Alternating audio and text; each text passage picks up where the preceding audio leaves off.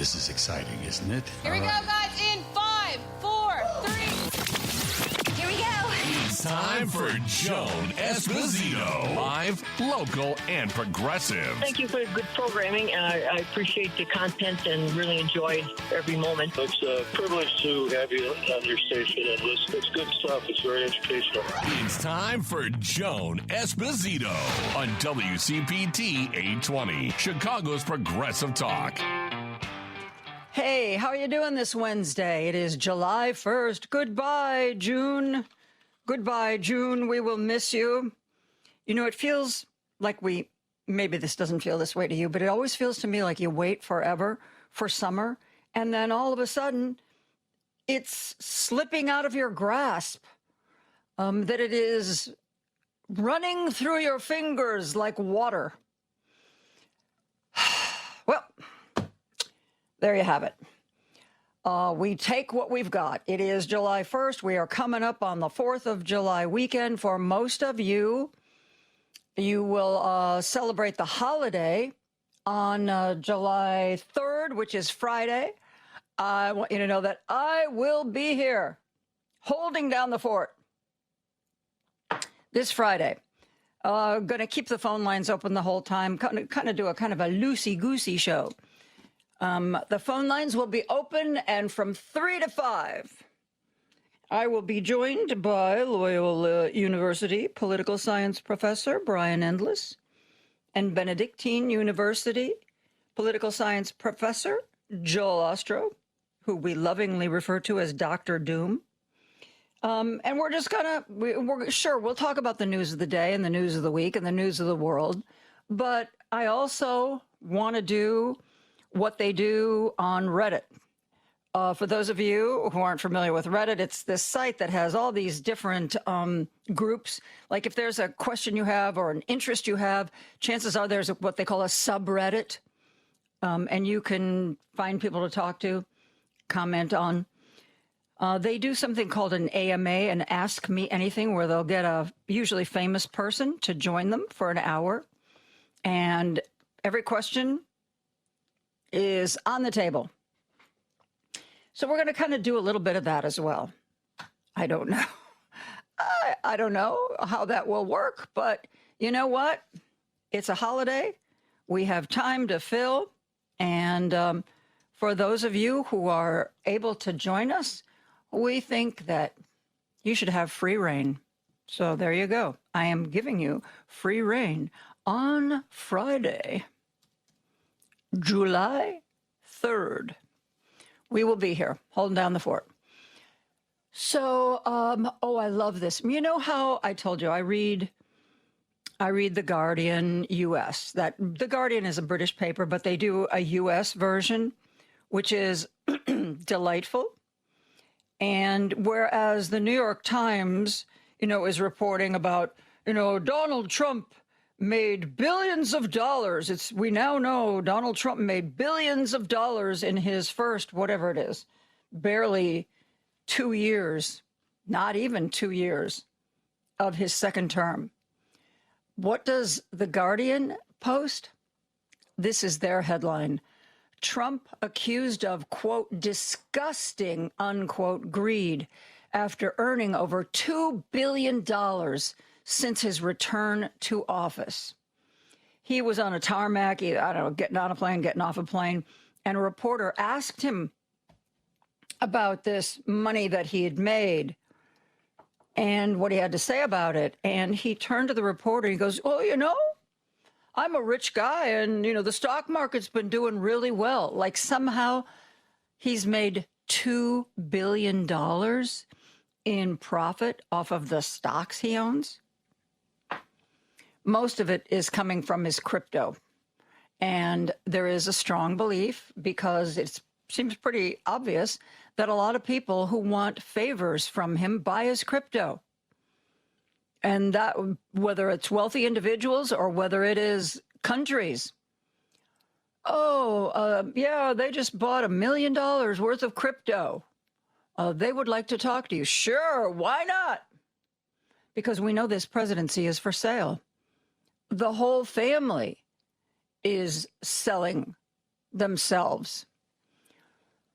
He's also taking his first ever trip on his new Air Force One.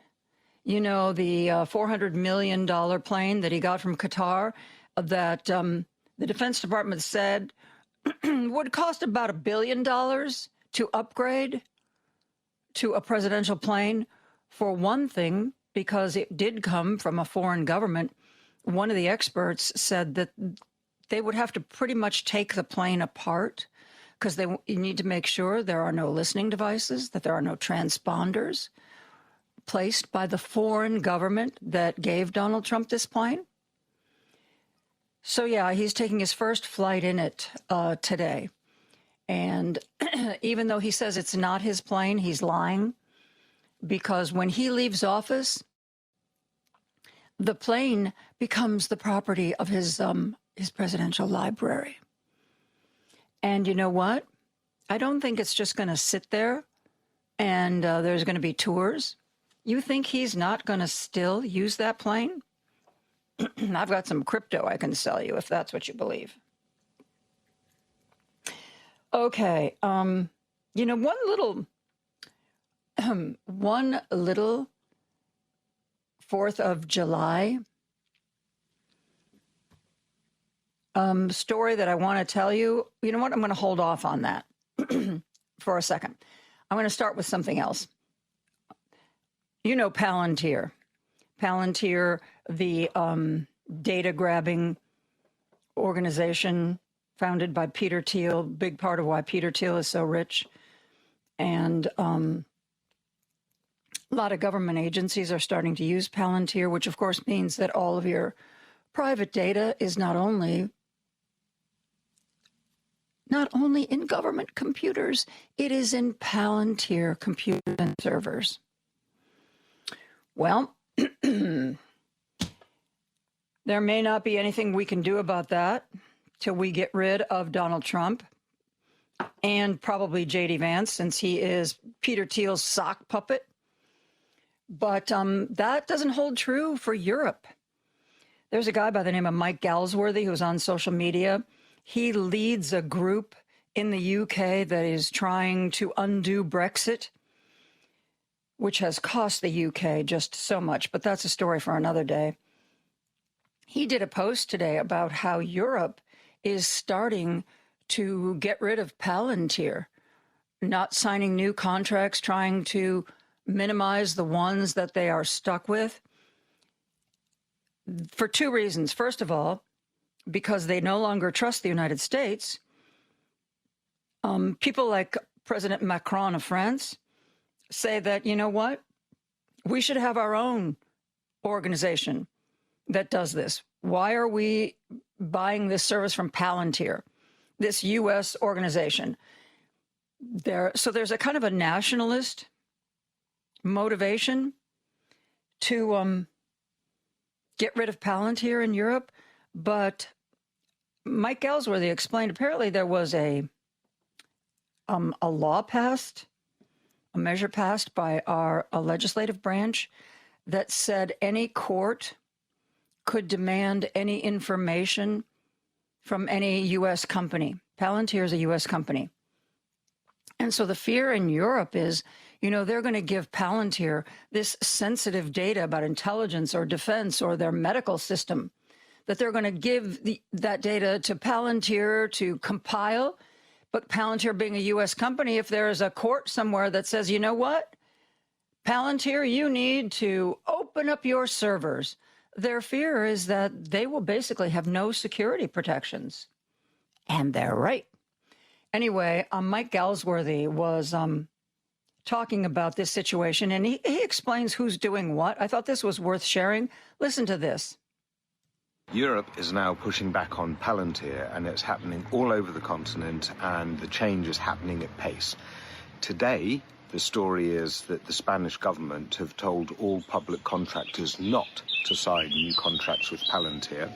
In France, Macron said that they want to replace Palantir with their own homegrown version, Chaps Vision, for their security. With the Netherlands and Denmark, they're also looking for European homegrown replacements. Also, Europol, which was using Palantir's Gotham for 10 years, has now stopped using that. In the UK, even though the government recently took on a Palantir contract, the mayor of London, Sadiq Khan, blocked a 50 million new contract for the Met Police, and now Palantir are trying to sue him. In Switzerland, a magazine called Republic found that Palantir had tried to bid for contracts 9 times and been constantly shut out. They published about that. Palantir then tried to sue them for not giving them enough right of reply and writing counterbalancing stories. They lost in court and had to pay 95% of the damages. So there is a lot of pushback in Europe happening at the moment with Palantir. And isn't that a little bit of good news for us? Oh, Peter Thiel's having a hard time selling his product in Europe. Yay. You know, I started to talk about the 4th of July. I might as well get back to that right now. There is a Texas congressman by the name of Troy Nehls who was interviewed by a reporter as he left the Capitol about his 4th of July. And he said, well, you know, he's going to go home and get out the barbecue, buy a bunch of lobsters and a bunch of steaks, and basically just sit back and enjoy the 4th. And there's a little bit of wind noise, but the reporter asks him, well, you know, there's a lot of people living paycheck to paycheck. You know, do you think they're going to have lobster and steak? And he was basically, you know, I don't know about them. You know, maybe they don't work as hard as I do. He's going to have lobster and steak because he's such a hard worker. And if you can't afford lobster and steak to throw on the barbecue grill for the 4th of July, you must be a slacker. You must be a slacker. Okay, I'm going to share with you what he had to say. This is edited because in the middle, first of all, there's a lot of wind noise. And in the middle, he goes on a rant about what a great president Donald Trump is. Always blah, blah, blah. But I thought the part about the lobster and the steak was pretty interesting. This is quick. Listen to this. Congressman, real quick, how do House Republicans make the case that you're fighting for affordability when you go back to your districts? Affordability? What are you talking about? Well, affordability is the big... I'm going to go there tomorrow. Over the 4th. I'm going to get me a couple big lobster tails. I'm going to get me some nice ribeyes. I'm going to sit in my backyard with my family, my neighbors. And we're going to be enjoying the 4th, celebrating 250 years, the birthday. 60% of Americans who are living paycheck to paycheck can afford lobster tails and ribeyes and all of that. Maybe not. Maybe the 60% of America don't work as hard as I do either. I mean, I don't know. Affordability, what's that? Affordability, what's that? That, Mr. Nehls, is why we are going to have a Democratic House of Representatives after the November midterms. Affordability, what's that? Well, if 60% of the country can't afford lobster and steak, well, they must not work as hard as I do. Okay. Yeah, putting on a suit and sitting in the House of Representatives, going to lunch meetings, talking about bills, walking around the halls, flying home. Oh, my God. It's just astounding how hard that man works, isn't it? And I bet when he's home, he has to talk to voters. That's exhausting. How insulting. I hope the people of Texas hear this. Well, the 60% of Americans can't afford lobster and steak. They must not work as hard as I do. Affordability, what's that? Okay. You know, we've been talking about how Donald Trump is fixated on the SAVE Act and how the SAVE Act is nothing more than a voter suppression act. Donald Trump knows the people who don't vote for him. He doesn't get as many women. He doesn't get as many minorities. So rather than trying to woo them, he's trying to figure out how to make it so that they can't vote, especially those pesky women. Tammy Duckworth was on MS Now, and she laid out the SAVE Act and all the ramifications of it. There may be a few you weren't even aware of, but I thought she was brilliant and to the point, as always. Listen to Tammy Duckworth talk about the SAVE Act. If you have a different name on your birth certificate than is on your driver's license, you cannot vote. And so for the 69 million American women who took their husbands' names, you cannot vote. That birth certificate is not valid. By the way, military IDs will not be valid for you to be able to vote. Neither will your real ID. You know, all that time we all went back and got that new real ID with the star on it. $45 at the airport now if you don't have it. Yeah, well, you know what? That doesn't qualify anymore. So you have to go in with a passport that matches your current ID. And you know how hard it is to get a passport? I mean, number one, it's expensive. And number two, there's such a backlog in the State Department. Some people are waiting 3 months, 6 months to get a passport. And so think about the 69 million American women who married and took their husbands' names. You can no longer vote under the SAFE Act. And so that is what he's doing. He wants this. And in order to have this, in order to have housing for young Americans, you know, young people who want to buy their first home, who don't see home ownership as being something that they can achieve, he's going to hold women who are married and took their husbands' names hostage. Yep. The SAVE Act is basically designed to prevent as many women as possible from voting. And don't let anybody tell you anything different. You know, you're going to start seeing all kinds of articles. We've talked about this already. There was one in one of the mainstream medias, centrist Democrats are worried about the rise of the left and the progressives. Ooh, there's going to be a big fight. Yeah, what happened to that big tent when it was centrist and conservative Democrats? Those of us in the middle were supposed to sign on. Well, you know, if the voters want conservative, that's it. Well, you know what? If the voters in a certain area want a liberal, progressive, or a democratic socialist, so be it. There was a primary in Texas, and a self-identified democratic socialist, Milat Kiros, defeated a 15-term incumbent. We are seeing the rise of the young voter. Supposedly, the powers that be have been hoping for this. We need more young people. We need to get them involved. We need to get them interested.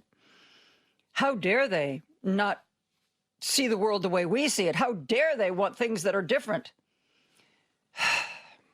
Yeah, you know, when you want to get young people involved in your party, you kind of have to deal with the things that young people want. And believe me, with everything going on in the world, there is more and more of a different worldview between younger generations and older generations.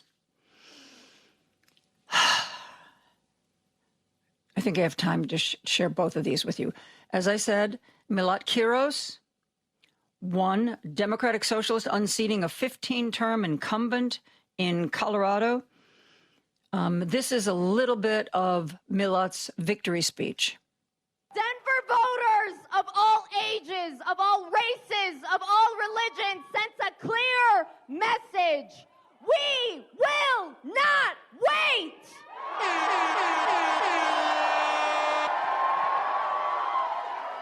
We will not wait to take the fight to Donald Trump and the oligarchy.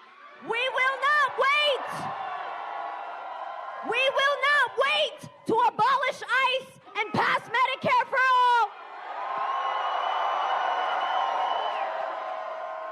We will not wait to put an end to the politics of the past, to get big money out of our politics, and to reject corporate PACs and AIPAC.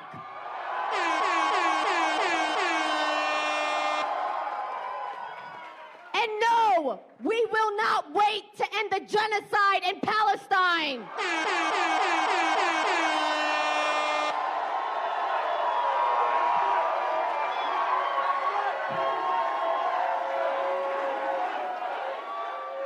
We believe that fundamental change can and will happen if we fight for it.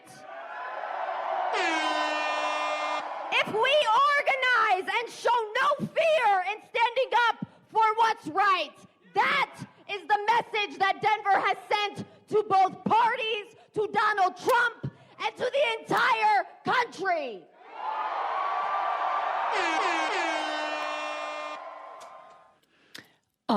Let's look at the other side of this coin. Incumbents are losing. Dan Goldman in New York seemed to be one of the House of Representatives' brightest Democratic stars. I mean, he was an outspoken critic of Trump, and yet he lost his primary election because there was a feeling among younger voters that he was too corporate and he didn't have the right stance when it came to Israel. And, you know, he didn't deny that that was what led to his downfall. Jake Tapper was interviewing him and flat out asked him why he thought he lost his primary. Again, this is the other side of that coin, the incumbents losing. Listen to this. Why do you think you lost your primary race?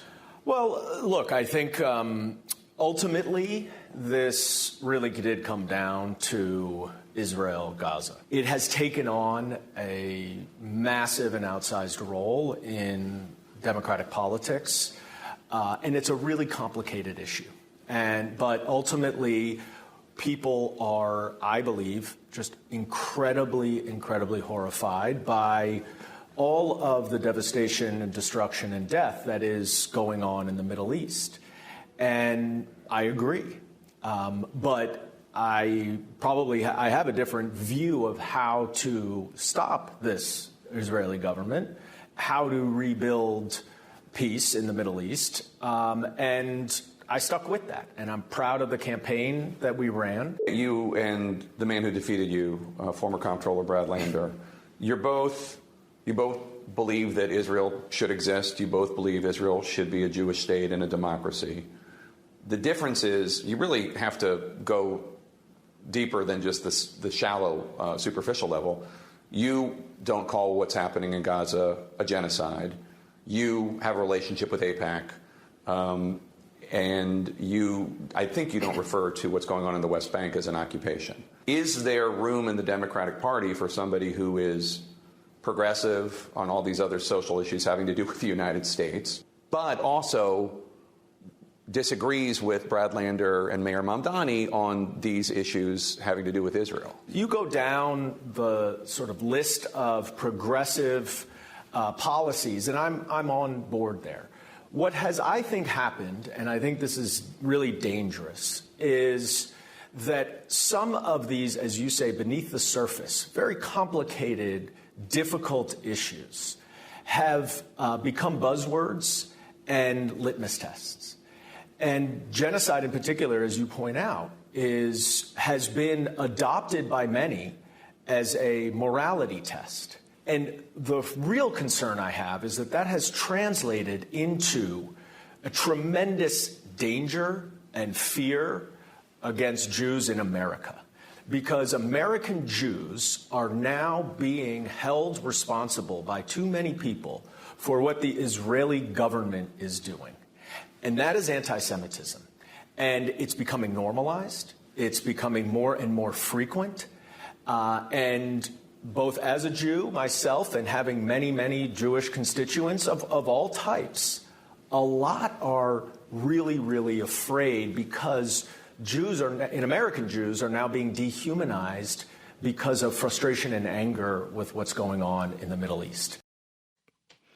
Yeah, I think that's a little bit of a strong statement, but he's absolutely right in that Israel and our relationship with Israel, and especially our relationship with Netanyahu, those really are touch point issues. And, you know, any candidate that gets money from AIPAC is really going to be in the crosshairs this coming midterm election. We are going to take a break. Yes, the phone lines are open, 773-763-9278. We'll be back with more after this. This is Chicago's Progressive Talk, 820 AM, WCPT Willow Springs, and online at WCPT820.com, where facts matter. Joan Esposito, live, local, and progressive. Every weekday afternoon from 2 to 5 p.m. on WCPT 820. Monday through Thursday, we take your calls and read your text for at least the first hour of the show. That is what we are doing right now. Here's a text that came in shortly after we started today. So let's check the latest from the ignorant, self-serving regime. We can still vote by mail, and birthright citizenship is okay. Such hypocrisy from the one who literally had what they call an anchor baby and has continually voted by mail. My family has voted by mail since serving in World War I to being presently deployed throughout the world. Unlike the draft dodger in chief and his grifting offspring, reporting in the last 24 hours that Donald Trump has made $2 billion since this second term started. Something that he told a reporter, well, it's the stock market's doing really well. That's it. To say nothing of the crypto deals that he and his family are doing. And that's just the tip of the iceberg. Quite possibly not only the most corrupt regime, but the most corrupt family. And Jared Kushner sitting there trying to negotiate a ceasefire with Iran when Jared Kushner is funded by at least 3 states in the Middle East: Qatar, United Arab Emirates, Saudi Arabia. That kind of seems like a conflict of interest, but, what do I know? Let's go to the phone lines. Brad is on the line from Arlington Heights. Hello, Brad. How are you?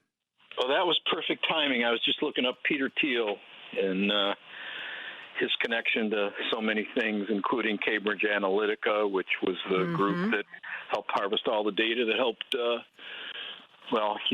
Yes. my mind is. Yeah, Peter Thiel, great all-around guy. Just and then there's always the Antichrist thing he's going around warning us about. He's really nutty.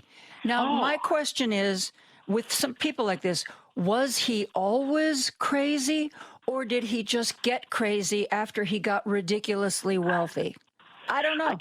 I can't remember. There's another guy that's connected, I think, between him, some sort of a right-wing influencer, that there's a connection between him and J.D. Vance. And I wish I could remember the guy's name, but it kind of leads me to think he was always kind of crazy. But, well, he is crazy now. There's no question. All these guys, how do you define crazy? There's that. So it's terrifying. Yeah, but the reason I called is because I'm watching this documentary on Netflix called Breakdown 1975, and it's one of the best documentaries I've ever seen. And I spend most of my time looking up stuff like that on what's it about? Wherever. It's about 1975. What happened in 1975, amongst which something that it was very interesting connection with what you said about how there's such a breach between generations, and there's a big part of this documentary that's about that. They go into the whole thing about long hair, buddy. You got the long hair, buddy. Get a haircut, and and that started in the '60s. This is going. It's been going on forever. Now the only people you see with long hair anymore are rednecks. I got chased down one time when I was hitchhiking from Peoria to Western Illinois University in 1971. I didn't even have long hair. I was wearing a pea coat, and these guys in Cuba, Illinois, I think it was either Cuba or Havana. I think both a Cuba and a Havana, Illinois. It's between Peoria and Macomb. And these guys started yelling at me. And I forget, they were swearing at me and stuff. So I gave them the finger, and they started chasing me. And while I was running down the road, this pickup truck pulls up, and I got on the back of the pickup truck, and it was filled with migrant workers. So that's my little generational story. Well, I I will look up. Where did you see this a documentary on what? It's on Netflix. Yeah, I meant to say that. Yeah, and it's really good. It's got God, my brain is fried. I'm the guy who started. I can't even think of that. The first real computer geek that started everything basically with desktop computers. He's on the Epstein list. Can't believe I can't think of Bill Gates? Yeah, he's in there. He's in college. He's talking about all this stuff, and then he dropped out of college and started doing. Yeah, he did. He didn't finish for a company, and then he started his own company, and they talk. There's all this stuff in there about before there was even AI. They have this guy Ken Kashiwahara. He was NBC. Do you remember him? I know the name. Yeah, I can't put a face to it, but I do remember that name. I had forgotten completely about him, but he's on there showing an old desktop computer in 1975, and he's talking about, oh yeah, this could be really good for people, but a lot of people are worried about them losing their jobs. Little did he know. Yeah, really. Yeah, but it's really I highly recommend anybody that has Netflix to see it, and maybe check on YouTube if they've got a version of that, or maybe might have it at the recommendation. library. We've got a holiday weekend coming up. Maybe people have a little more time than usual to check things out. Appreciate the recommendation. Maybe people. I think people might have a chance because it's going to be so hot and humid. Jesus wants to go out. And one last thing, I live 2 blocks from Arlington Heights Frontier Days, and there will have 50 times the amount of people that have been on the mall. Well, that's not going to be a very high bar to go past. I know. It's insane what these people on Fox, have you seen the clips of them talking about the big crowds and stuff? And they showed a clip of the FIFA. They had I don't know if it was on the mall or not, but they had some kind of a gathering that was in a grassy area of the stage. They showed a clip of all these people at the FIFA thing, and it shows FIFA up in the corner, and they were trying to pass it off as being on the mall this past week. This is what they do. That's why it cost them $875 million. It's an embarrassment. It's an absolute embarrassment. I know. Brad, thank you so much. I gotta move on. We've got a lot of callers I'm trying to get to, but thank you for that. Let's go to our friend Jim, who is on the line from Chicago. Hello, Jim. Hi, Joan. Frontline did a really in-depth 2-hour program last night at PBS. Kushner. The assassination of Khashoggi was cut in little pieces by the Crown Prince. And somehow, in Trump's first term, in the Abraham Accords, he got Kushner to negotiate that deal. And in their mind, the October 7th attack by Hamas was instigated by Kushner because he completely cut out the Palestinians in the negotiations, like they didn't exist. And it probably infuriated Hamas. But now this character, why is he involved in these things is anybody's guess. I don't know. I know he married Trump's daughter. Yeah. But well, I think Donald Trump has somehow convinced himself that Jared is a smart guy and that Jared can be counted on. I also think Donald Trump, in these negotiations, wants somebody who he feels he can trust, somebody like Jared who he can call up and say, okay, who said what or who did what. I don't think he trusts J.D. Vance, and he certainly doesn't trust any career diplomats. They're the deep state. So he almost has to send a family member. Right. And the Crown Prince and him were like, he spent all night with the Crown Prince doing video games. And the Crown Prince stuck up everybody in the Ritz-Carlton Hotel, all the people in Saudi Arabia, and took their dough. And right after that, they gave the $2 billion to Kushner. And Kushner's playing video games with the Saudis.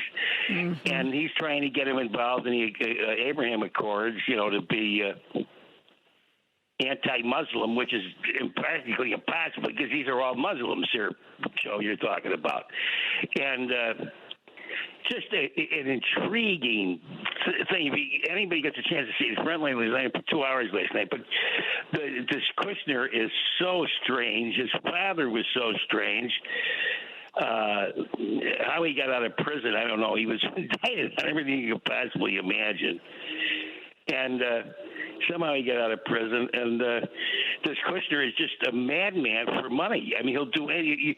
In fact, to Saudi, he said the guys that really did invest in said, "Well, what are we going to give it to this guy for? He doesn't know what the hell he's doing." Exactly. He has no idea the investment committee that oversees where Saudi Arabia puts its money rejected the Kushner bid because they said that A, Jared Kushner was not experienced enough, and B, the fees that Jared wanted to charge were excessive. Right, and he had no. And you know what? I don't think his fund has made any money, but he's made like nearly $300 million off of his fund because of the fees. I mean, it's just a grift. No, I know it is. But we're in the old same, this is capitalism versus democracy. I mean, this is capitalism run amok against democracy. And apparently they're up to their eyeballs in it. But that was a great, I mean, he's so weird, this Kushner, that it's hard to describe. But they claim that the October 7th attack by Hamas lays at the feet of Kushner because he cut out the Palestinians deliberately to cut out of the negotiations. Anyway, Joan, great program last night. Thank you very much for taking my call, Joan. Thank you. You're very welcome. Real quick, before we go to break, a little Iran update. The front page of the New York Times is talking about how the Iran war ignited a clash between Trump and the Saudi crown prince. They think Trump is out of control. They are terrified that the Iran war is going to start again. And so they're basically doing their own thing. Also on the same front page, and this is kooky crazy, Trump suggests a Syrian crackdown on Hezbollah, confounding many in the Middle East. That's not a Guardian. You know, the Guardian U.S., their headlines tell it like it is, but the New York Times doesn't usually do that. Confounding many in the Middle East. Yeah, we're all confounded, frankly, New York Times. Let's take a break. We'll be back with more after this. This is WCPT 820, where facts matter. Want to join the conversation? I'm going to say exactly what I think here. Got something to say? Everyone needs to hear what I got to say. Call Joan now at 773-763-9278 and join the conversation. Joan Esposito, live, local, and progressive on Chicago's Progressive Talk, WCPT 820. We are taking your calls and reading your texts. Let's go to Hoffman Estates where Dave is on the line. Hey, Dave, how are you? Hey, Joan. Yeah, why wouldn't Kushner cut out those, just like Trump did in that first one when he cut out the Afghanis when they was negotiating with the Taliban? Oh, yeah, let's just sit down with the Taliban. That Afghan government, they're pesky. Let's leave them home. Yeah, monkey see, monkey do. This will get you going good today. Today in history, 1991, President George H.W. Bush nominated Federal Appeals Court Judge Clarence Thomas to the Supreme Court, beginning an ultimately successful confirmation process marked by allegations of sexual harassment. Yep. Remember Anita Hill? Yep. Oh, yeah. She was put through the ringer. And, you know, when there were some Democratic senators tried to really question Clarence Thomas, and do you remember his outburst? This is nothing but a high-tech lynching. And instead of fighting back, the Democrats were like, oh, no, what's he saying? We better be quiet. Yeah, he had that indignant look at that time, and former President Joe Biden headed that time. And a few years ago, he apologized to Anita Hill, but it's a bit too late. But, too late. On Trump, too, funny with this. Remember, he used to call crypto a scam or a hoax in his first term? That's when he wasn't making money off of it. Sure, because you know it's money that doesn't exist in accounts that are only in your computer. Hello. Yeah. And one more thing, so you can get others here. That story with the deaths of those three U.S. government firefighters in the Colorado wildfire, casting a spotlight with Trump administration's creation of a new federal fire service and its revival of a previously discarded or discredited policy to stomp out all wildfires quickly. One of the killed firefighters worked for the U.S. Wildland Fire Service, establishing the year without the customary congressional approval by drawing personnel from 4 agencies within the Interior Department. The victims were part of an elite helicopter-based crew that got trapped Saturday in a fast-growing wildfire near Utah as they attacked the blaze on that ground. Could you imagine now if that would have happened under Joe Biden? Anything. Do you remember when Barack Obama was put through the ringer by Republicans because he dared to wear a tan suit? And they were like, oh, he's not presidential. Yeah. It was kind of funny at the opening of it. Who was the 2 of them wore tan suits? I'm trying to mind blank right now. The one that just got fired off of CBS. Scott Pelley? No, the comedian in that. Stephen Colbert. Yes, thank you. Yeah, he was one of them, and there was one other guy. They each had tan suits on, so kind of a giant middle finger to. Yes, couldn't happen to a nicer guy and a nicer political party. Thanks, Dave. Thanks for the call. So others get through. Okay, Thanks, appreciate it. Let's go to Chicago, where our friend Ron is on the line. Hey, Ron, how are you? Oh, pretty good. Yes, like you were saying, Trump made $2.2 billion last year, and the year before, when he was not president, he only made $700,000. Mm-hmm. So that's a coincidence. Yeah, he's trying to tell people, I'm really rich, and the stock market's been doing really well. I guess that's why I've earned in the last year and a half $2 billion. Okay, sir, we believe that. Yep, we do. Yeah, and he went to North Dakota today. Something to do with Theodore Roosevelt, and he's probably planning to have his face on Mount Rushmore too. Wouldn't surprise me if he thought he could get away with it. He would suggest it. He would. It's not far away, and he's not very concerned about Iran or the floods in Kentucky. Nope, he's not, is he? Fires in the West. There's 5 fires out of control. So he's busy. Yeah. Whatever. He's very busy flying around in his new Qatari plane. Right. And also now that the Supreme Court has banned athletes, will we have the underpants police? Oh my God! Well, it wouldn't surprise me. It wouldn't surprise me. Nothing this party does going after trans people surprises me. All it's right. just a matter of time. All right. Thanks, Ron. Let's go to Lake in the Hills. Greg is on the line. Hey, Greg, how are you? Hi, Joan. Good afternoon. Thanks for taking my call. What I was calling for today, I've got a couple things, but the first thing is I've heard so many people, feel, just give a sigh of relief that the Supreme Court is going to allow us to mail in our ballots, and Trump can't do it. But there's still a problem, and this is where the Democratic or the Republican Party and Trump in particular, where they always get us. And that is, he's already worked to get that Louis DeJoy guy to do so many things to the post office regarding the sorting machines and so forth. But then they put the other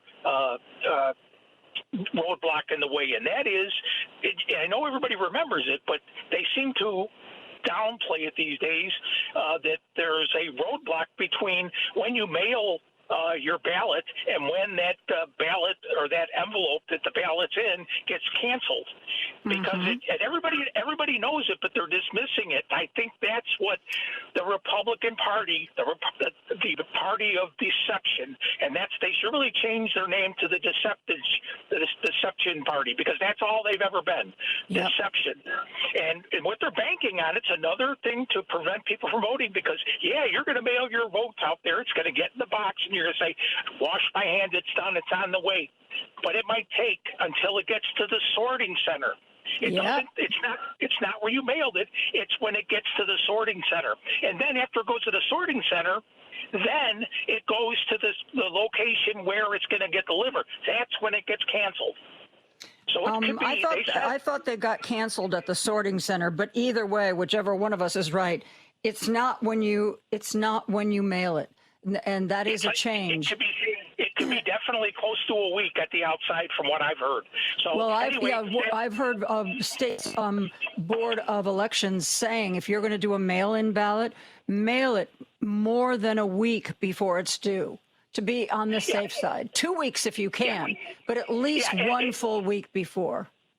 And I do too. I do that, but I think maybe this is something that the Democratic Party should get ahead of, and maybe just like it. I don't know if it's legal to do that, but just like during campaign season, have pre-made signs and put them up in locations close to mailboxes, and just say, be aware, spell it out as concisely as you can.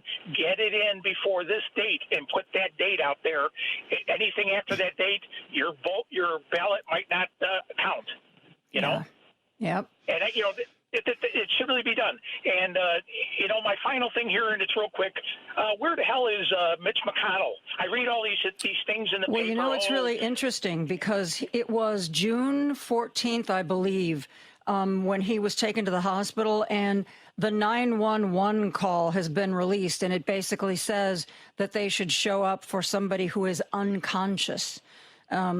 We've heard not a word. I mean, a couple of weeks ago they said, well, he's not going to be voting for the next week, but there has been not a single word on what's going on, his condition, anything. And I don't know about you, but I think that things must be pretty serious for Mitch McConnell. I'd like to see, just like we have crowds of people getting out there protesting, I'd like to see the same level of crowds outside that hospital blocking the streets and say, we demand to see proof of life.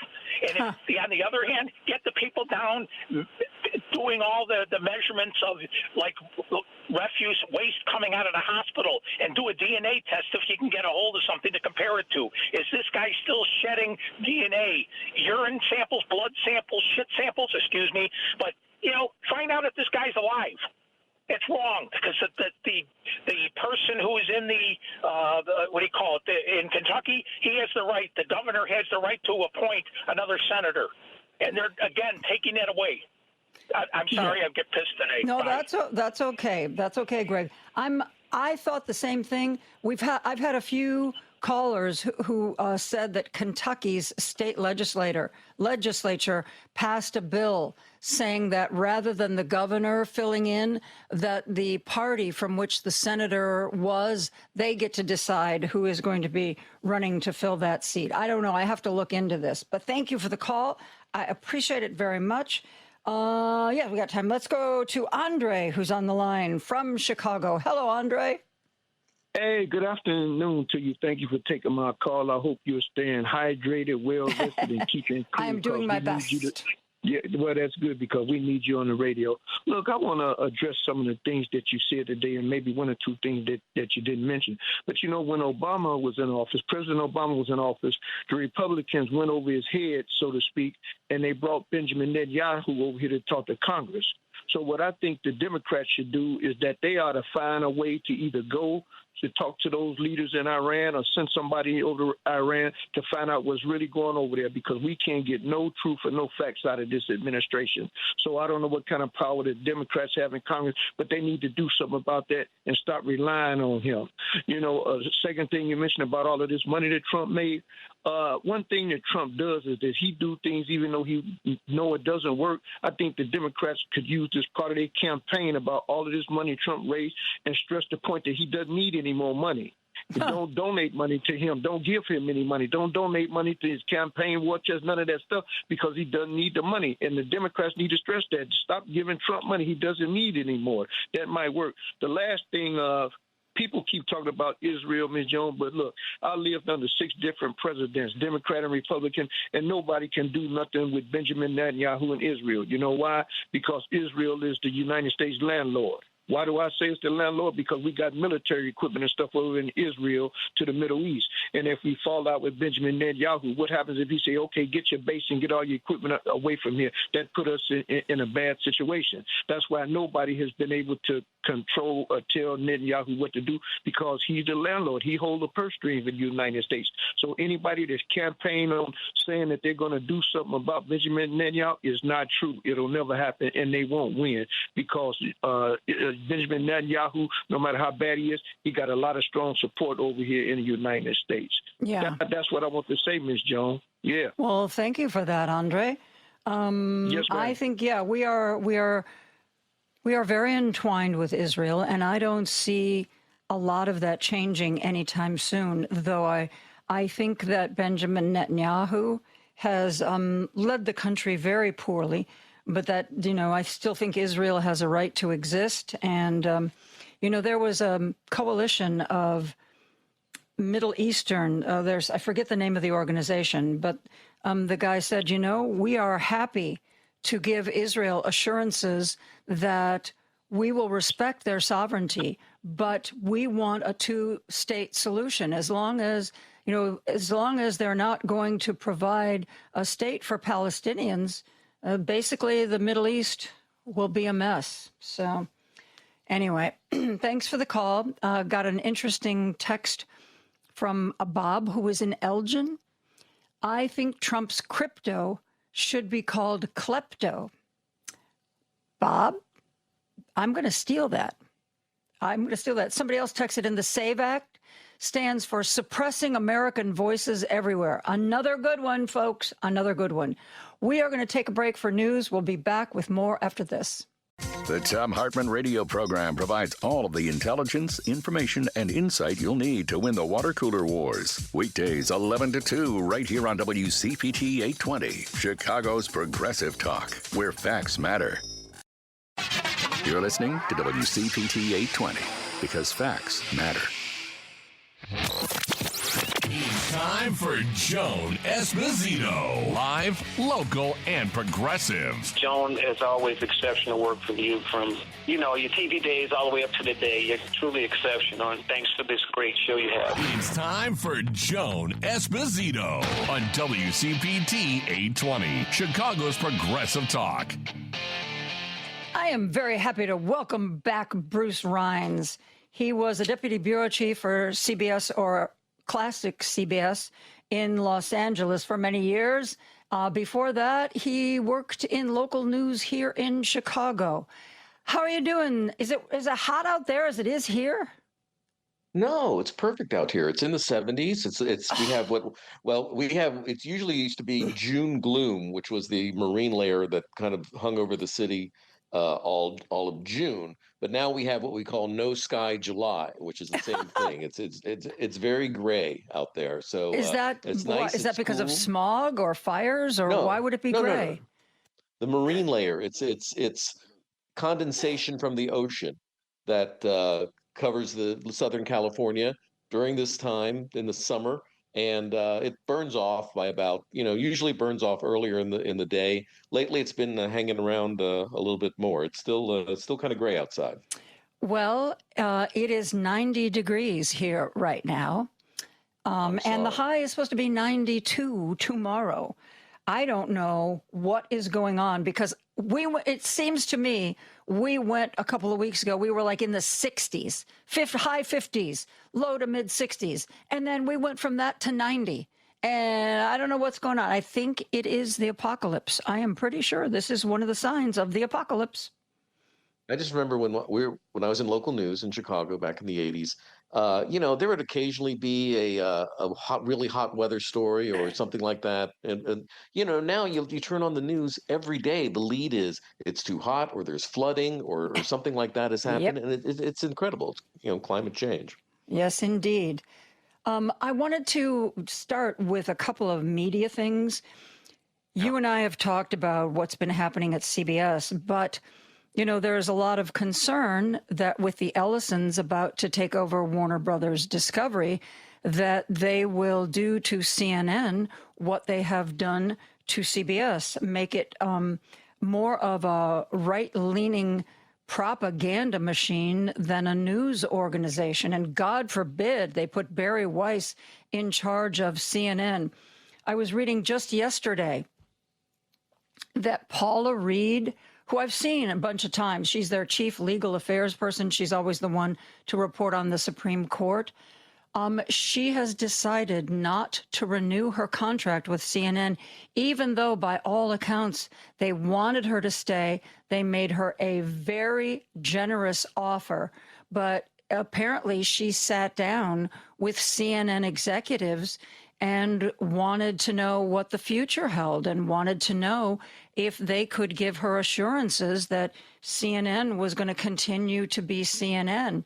And apparently Mark Thompson, who himself doesn't know how much longer he's going to have a job, pretty much told her, look, we would love to have you stay. Here's a nice new contract, but I can't promise you what's going to happen to CNN in the future. And she just said, you know what? I don't think so. And so now there's all these questions about, you know, tech reporter Kara Swisher, you know, Anderson Cooper already left Barry once. Will he do it again? What do you think? Because some people have said, well, you know, they should only approve the deal if CNN is carved out. But that's not what he promised Donald Trump. David Ellison admits he met privately with Trump at the White House to discuss the future of CNN. What do you think do you think Paula made the right decision? Well, yeah, Paula used to work at CBS News before she went to yeah, like to for CNN. 10 years or something, didn't she? Yeah, it was a long period of time. I know, you know, she was pretty young when she started, but she did a very good job. And then, you know, went to CNN, I think, because CNN offered her more, you know, airtime. There was more opportunity to be on the air than with, you know, going just on evening news or the morning show for CBS News.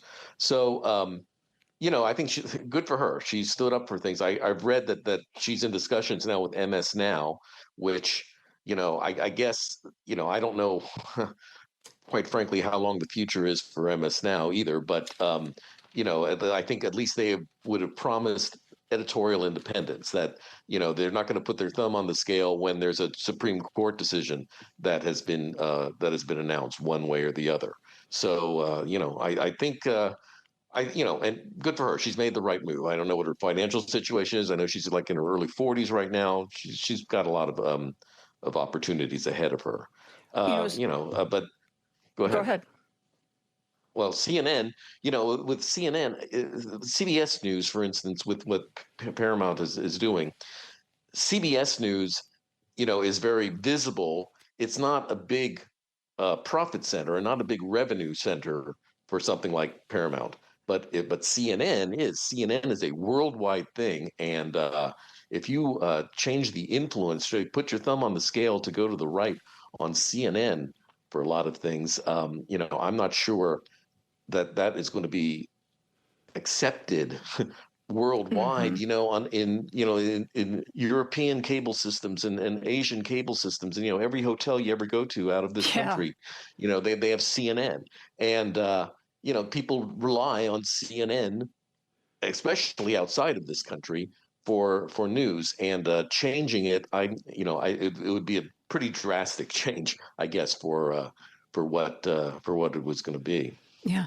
You know, I know from personal experience that you may not always get it, but you can ask for a lot of not just money, but also work conditions when you're negotiating a contract. I wonder if she could have sat down with Mark Thompson and say, I will sign another, say, 3-year deal, but this is the way it's going to be written. I get no editorial input, no suggestions of what to put in my story.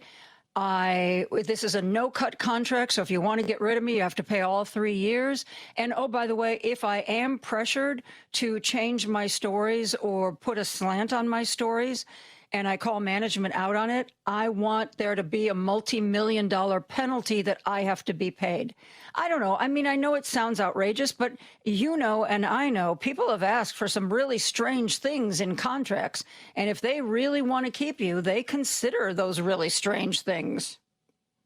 And I guess it depends, but how much clout you have on your side. Somebody like Anderson Cooper, for instance, has a lot of clout and a lot of leverage, but even he said, no, I'm not going to go through this. I'm not going to try to negotiate something. I'm out of 60 Minutes. I'm going to stay with CNN. And I would not be surprised if and when Paramount takes over CNN that he leaves there as well.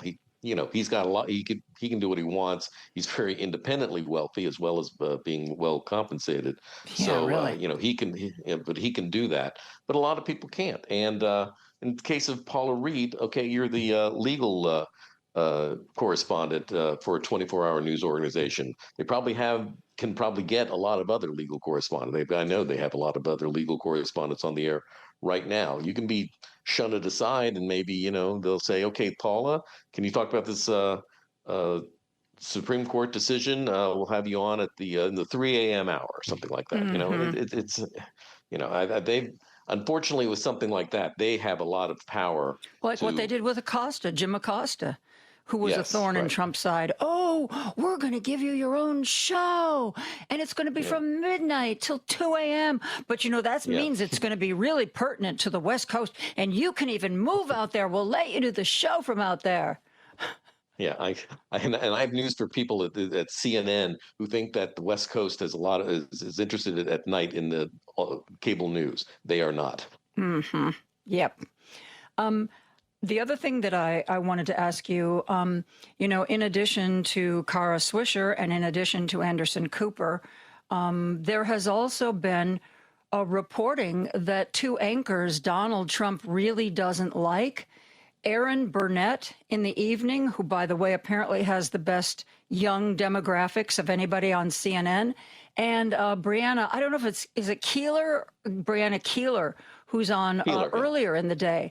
Donald Trump has already said publicly that he doesn't like those two anchors and he thinks CNN should get rid of them. I know, having watched CNN a lot, Brianna Keeler she is not a liberal or slanted one way or the other. She is aggressive with both sides. Her husband is a career military officer, and her credentials on her own are fantastic. So I don't know what his problem is with her. Aaron Burnett as well. They ask tough questions. They hold people to account. That's what the press does. I'm reading a biography right now of Tucker Carlson, if you can believe it. And one thing Tucker Carlson said early was that he thought the press has a purifying effect and should, no matter which way it leans, left or right, it has a purifying effect on government and the American system. And he never understood why people hate journalists. So, but is this something he said recently or at the beginning of his career? No, near the beginning of his career. I mean, but he was right back then. He was correct. Mm-hmm. Now if you read the biography, you'll see that he's a little bit more. His career is more about calculation, than anything else. But anyway, that quote, that was one thing I agree with Tucker Carlson on, believe it or not. Yeah, I've started reading the Maggie Haberman, Jonathan Snow book, Regime Change, which apparently is selling like hotcakes. Apparently, Jill Biden's memoir was on the bestseller list and is now just gone. This book seems to be selling more over time. I think they've already sold 300,000 copies, and they're doing like a second or a third printing already. But I got to tell you, maybe it's because of the discussions that I have for 3 hours, 5 days a week.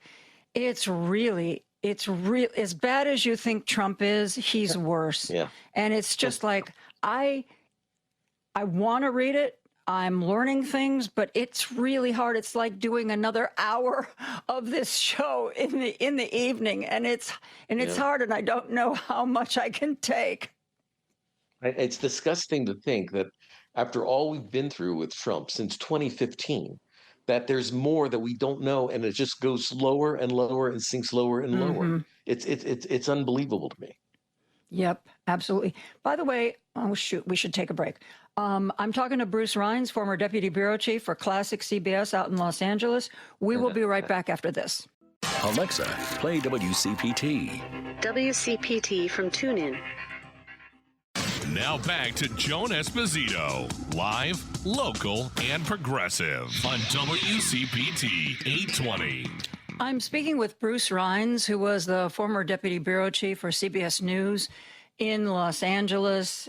He has worked for the network. He has worked for local news here in Chicago, as a matter of fact.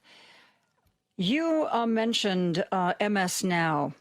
Have you seen where they are doing away with all of their live weekend programming, because now they are going to be airing the podcasts that Chris Hayes puts out, Nicole Wallace puts out. It is going to be a podcast Saturday evening and podcast Saturday night.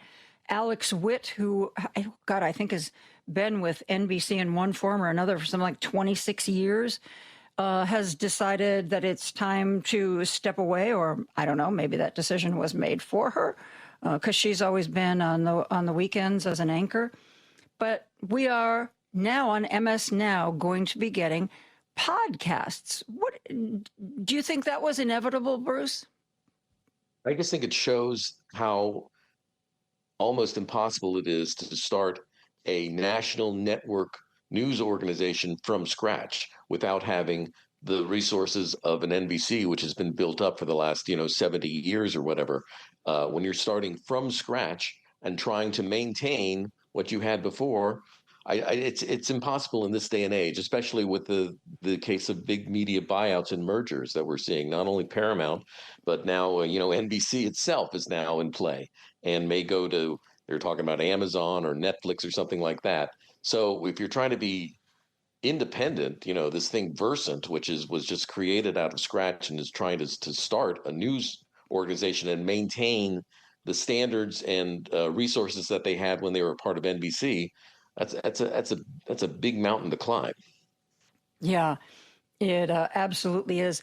And did you hear, I don't know if they're still doing this because people kind of made fun of them for it, but like a month or so ago, the anchors at CNN were supposed to dress like they were podcasting. And for Anderson Cooper, for a few shows, they had this big black microphone set up on the desk because it was supposed to be like, yes, it's Anderson Cooper, but it's like a podcast.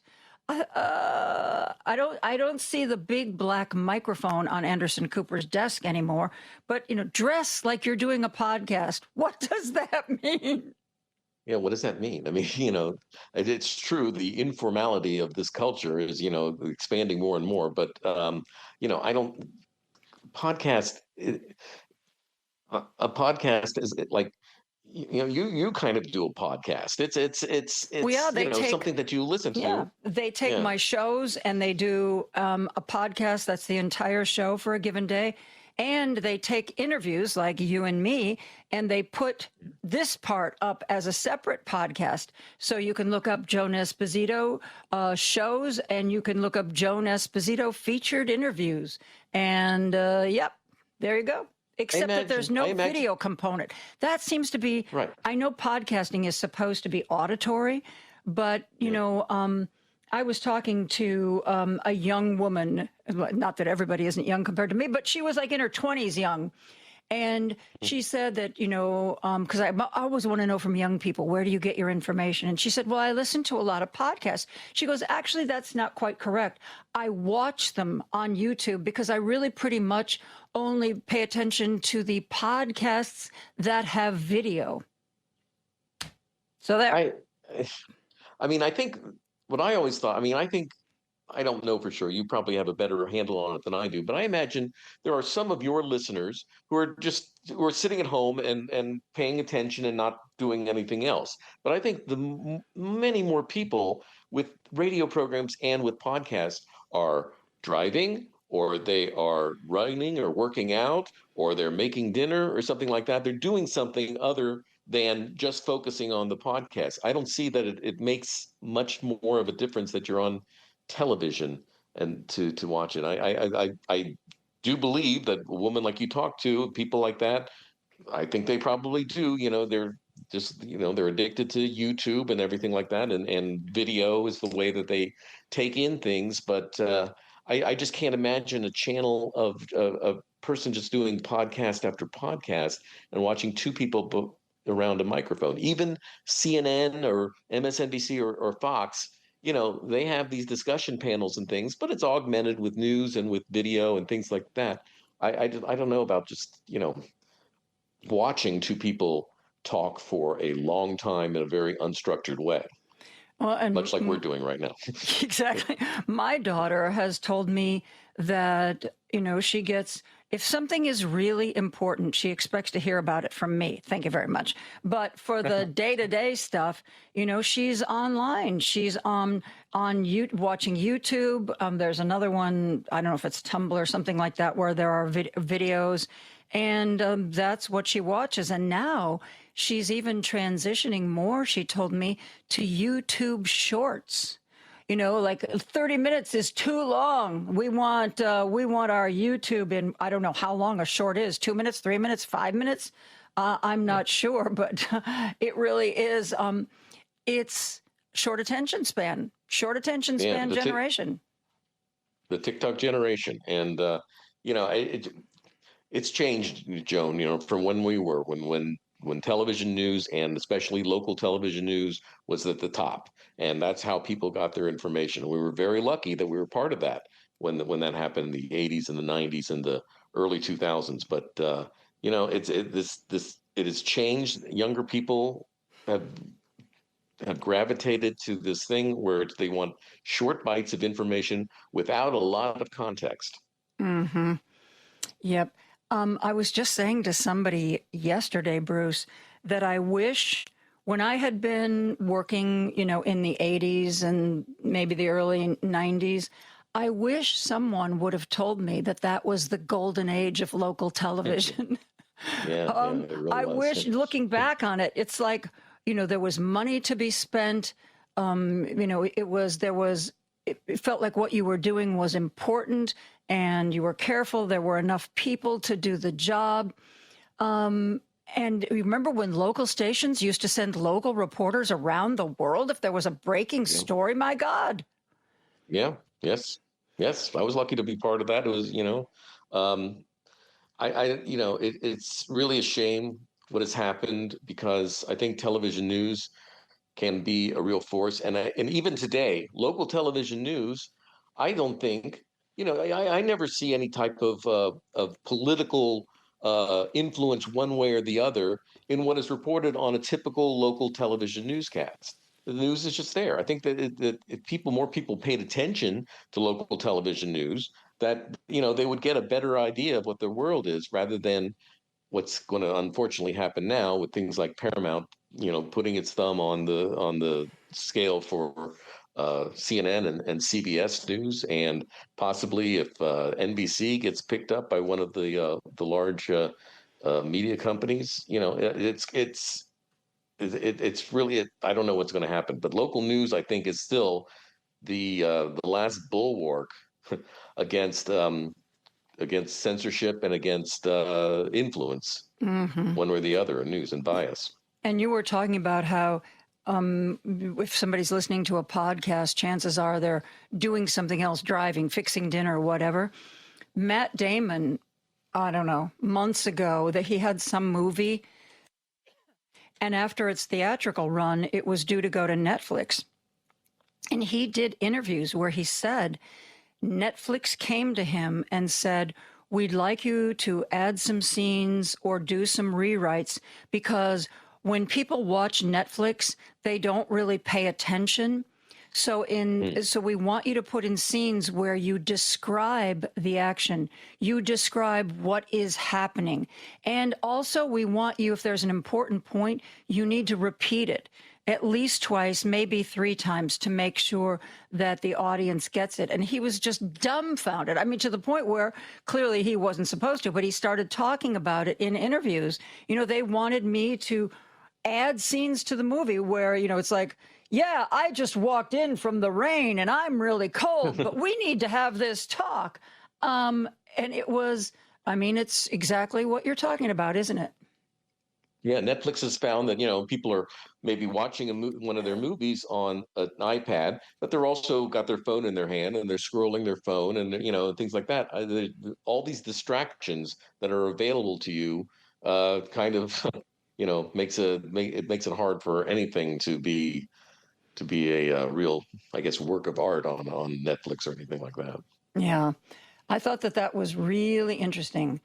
Because, for a lot of my career, I anchored different shows, but a lot of times I seemed to end up on a 5 o'clock show.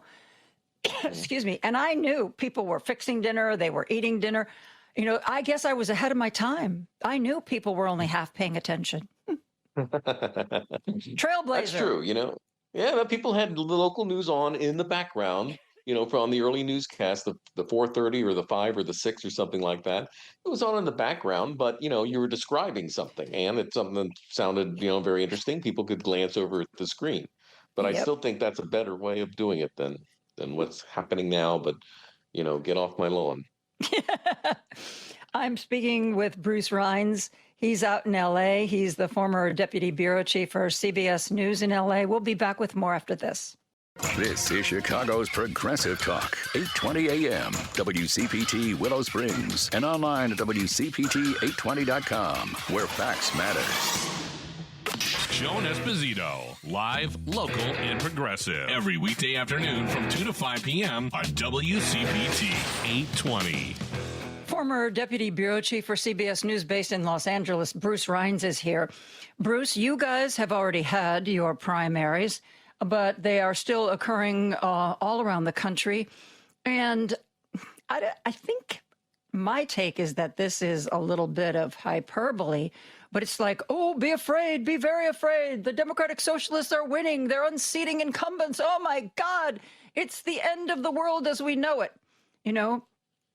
I think that voters in a certain area want to elect someone who reflects their values. And if the demographics change and the values change, then they will elect someone else. Is this, Zoran Mamdani, is he a kingmaker now, or is this something else?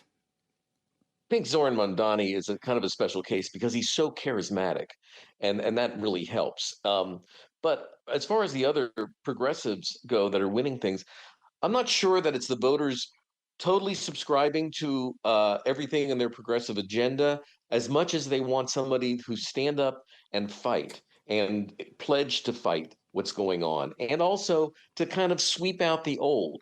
Like this election in Colorado that just happened, where this 29-year-old progressive woman who was born in Ethiopia unseated the incumbent congresswoman there. Her name is DeJarette or something like that. But anyway, that congresswoman has progressive credentials, but she's part of the cabal that people see in Congress, where for right reasons or wrong reasons, a lot of people are seeing that Democrats in Congress are not standing up sufficiently and fighting. And, there's, as you and I know, there's a lot of reasons to do that. It is hard to undo the rules of Congress and parliamentary procedure. But, I think that strikes me more as a indication of the urge to fight back what's happening. And I think that's a good thing. I'm not sure, once they get in office, yes, they will try to advance progressive policies. Look at AOC. She's a progressive, but since then she has seemed to moderate herself in order to get stuff done. She knows what she can get done, as opposed to staking out what can be seen as an extreme position. But I think it's healthy for these Democratic Socialists to come to power. New blood. That is something that the party needs. And I got to tell you, I think Hakeem Jeffries and Chuck Schumer and people like that had better get on board, because it's not going away. Yeah, that was going to be where we were going next with this, because, Chuck Schumer, I can't even imagine that he will run for re-election. I think he has to realize that his time has passed. And there's a part of me that feels a little bit sorry for Hakeem Jeffries. He thought he was going to be speaker. It didn't turn out that way. I think he still wants to be speaker, but he doesn't seem to me like the right man for the moment. If he wants to be speaker when the House changes this November, if he wants to be speaker, he's got to reach out to the socialists, elected or unelected, because I think that is the mindset of the way the Democratic Party is going. We have to remember that we have to listen to the younger people in the Democratic Party. There are old Democrats like us and everything, and we've got our ideas about stuff. We have to listen to if the Democratic Party is going to survive and progress, we have to listen to these DSA people. Well, that's what I'm, with all the articles, we're voting against the corporate Democrats. We're voting against the Democrats who haven't spoken up loudly and long enough about what's going on in Gaza, that kind of thing. And, you and I both know that some elections are simply change elections. Doesn't matter who you are. If you're in power, you are going to be voted out of office because for whatever reason, people want to shake things up. I think there's a real big part of that, too. And I hope, I'm really glad all these young progressives are winning. And we've got this sound from Milot where she's like, we're going to do things differently. We're in power now, kind of a thing. And, maybe she's right. But I think that Democrats have to be really careful. I do think Democrats are going to win a lot in the midterms, but not necessarily because people are in love with them, particularly as a candidate, rather than they just want to throw the bums out and get some change. I was on a panel. I think that this was the night of Trump's State of the Union. I was on a panel, and one of the panel members was Michael Fanone, one of the officers who was badly injured at January 6th. And he said kind of this same thing, and this was back at the State of the Union. He said, I live in Virginia, and I voted for Abigail Spanberger. He said, but I'm not really crazy about Abigail Spanberger. I wanted a Democrat. I wanted change. I wanted a new face. I wanted a new voice. But it wasn't that I'm in the Abigail Spanberger camp. And I think his message was Democrats need to be really careful. And it's great to get elected. It's great to win a primary. But I think that when you're part of a change election, you have to be really careful. You have to be really sensitive to what the voters want, because this may be a one-term thing. Yeah. And, this whole thing, there's so many of these young voters, especially, who see it as a purity test for these people. If the primary winner is not exactly aligned with what I want, then I'm sitting out the election or voting a third party. And, that's what kills the Democratic Party more than anything else. I was going to say, though, that, the exception to this rule kind of happened here in California, where Javier Becerra is now our nominee for governor. You can be seen as definitely as an establishment Democrat, as opposed to Tom Steyer, who was the real progressive in this thing. I think Steyer lost just because people were suspicious of him being a billionaire, also because he's a very old man. But he was. It was kind of interesting to me that it turned out that the more progressive candidate in this party did not win the election, and people are going with something that's kind of, I don't want to say tried and true, but somebody who's not going to make as many waves perhaps as as somebody like Tom Steyer would have, or Katie Porter or something. Thomasina, of course, as you know, lives in Burbank, and she was getting ready to vote. And of course, I wanted to know, who is she going to vote for? What does she like one candidate over another? And both of my kids they rely on voting guides, but not the kind of voting guide, it's not going to be looking in the Sun-Times to see which justices we should retain, or, looking at Injustice Watch of their guide. They find these, God, I sound old. They find these like young, hip voting guides. Yeah. And I don't know where they find them, but they find them. And Thomasina told me that, and it's past. I don't think I'm breaking any vows of silence. She told me that the voting guide she had recommended that she vote for Tom Steyer. And I found that jaw-dropping, and she's got it out and she read what they wrote. And it's like, yeah, I know what you're thinking. He's a gazillionaire, and generally we don't like people. This is the anti-billionaire vote.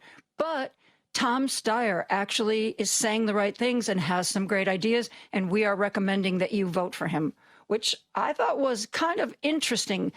I was very pleased that they were able to look past his bank account. And that they actually looked into positions and everything.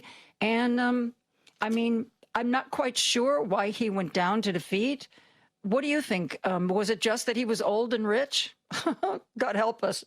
I mean, and also, unfortunately, I think part of the reason was we have been inundated with Tom Steyer advertisements on television and online and things like that, and on the radio and everything else, and on podcasts and everything. We have been inundated since, I think it was October of last year was when he started, and went all the way up to the election in June. People were, I think, a little sick of him. And I think if he had not try to make such an impact. He got a lot of name recognition. You can't fault him for that. But it was just like every time you turned on your television or turned on your computer or listened to something on the radio or a podcast or Spotify or something, there was a Tom Steyer ad, and it was too much. It was too much. And just a lot of people, I think, also are suspicious of him, being a multi-billionaire. But on the other hand, to his credit, he has put a lot of that money to progressive causes and has donated a lot of money to those. And people like Jane Fonda, there was a commercial, Jane Fonda endorsing him. Robert Reich endorsed him. A whole bunch of other people endorsed him. So I thought it was going to be closer than it was, but.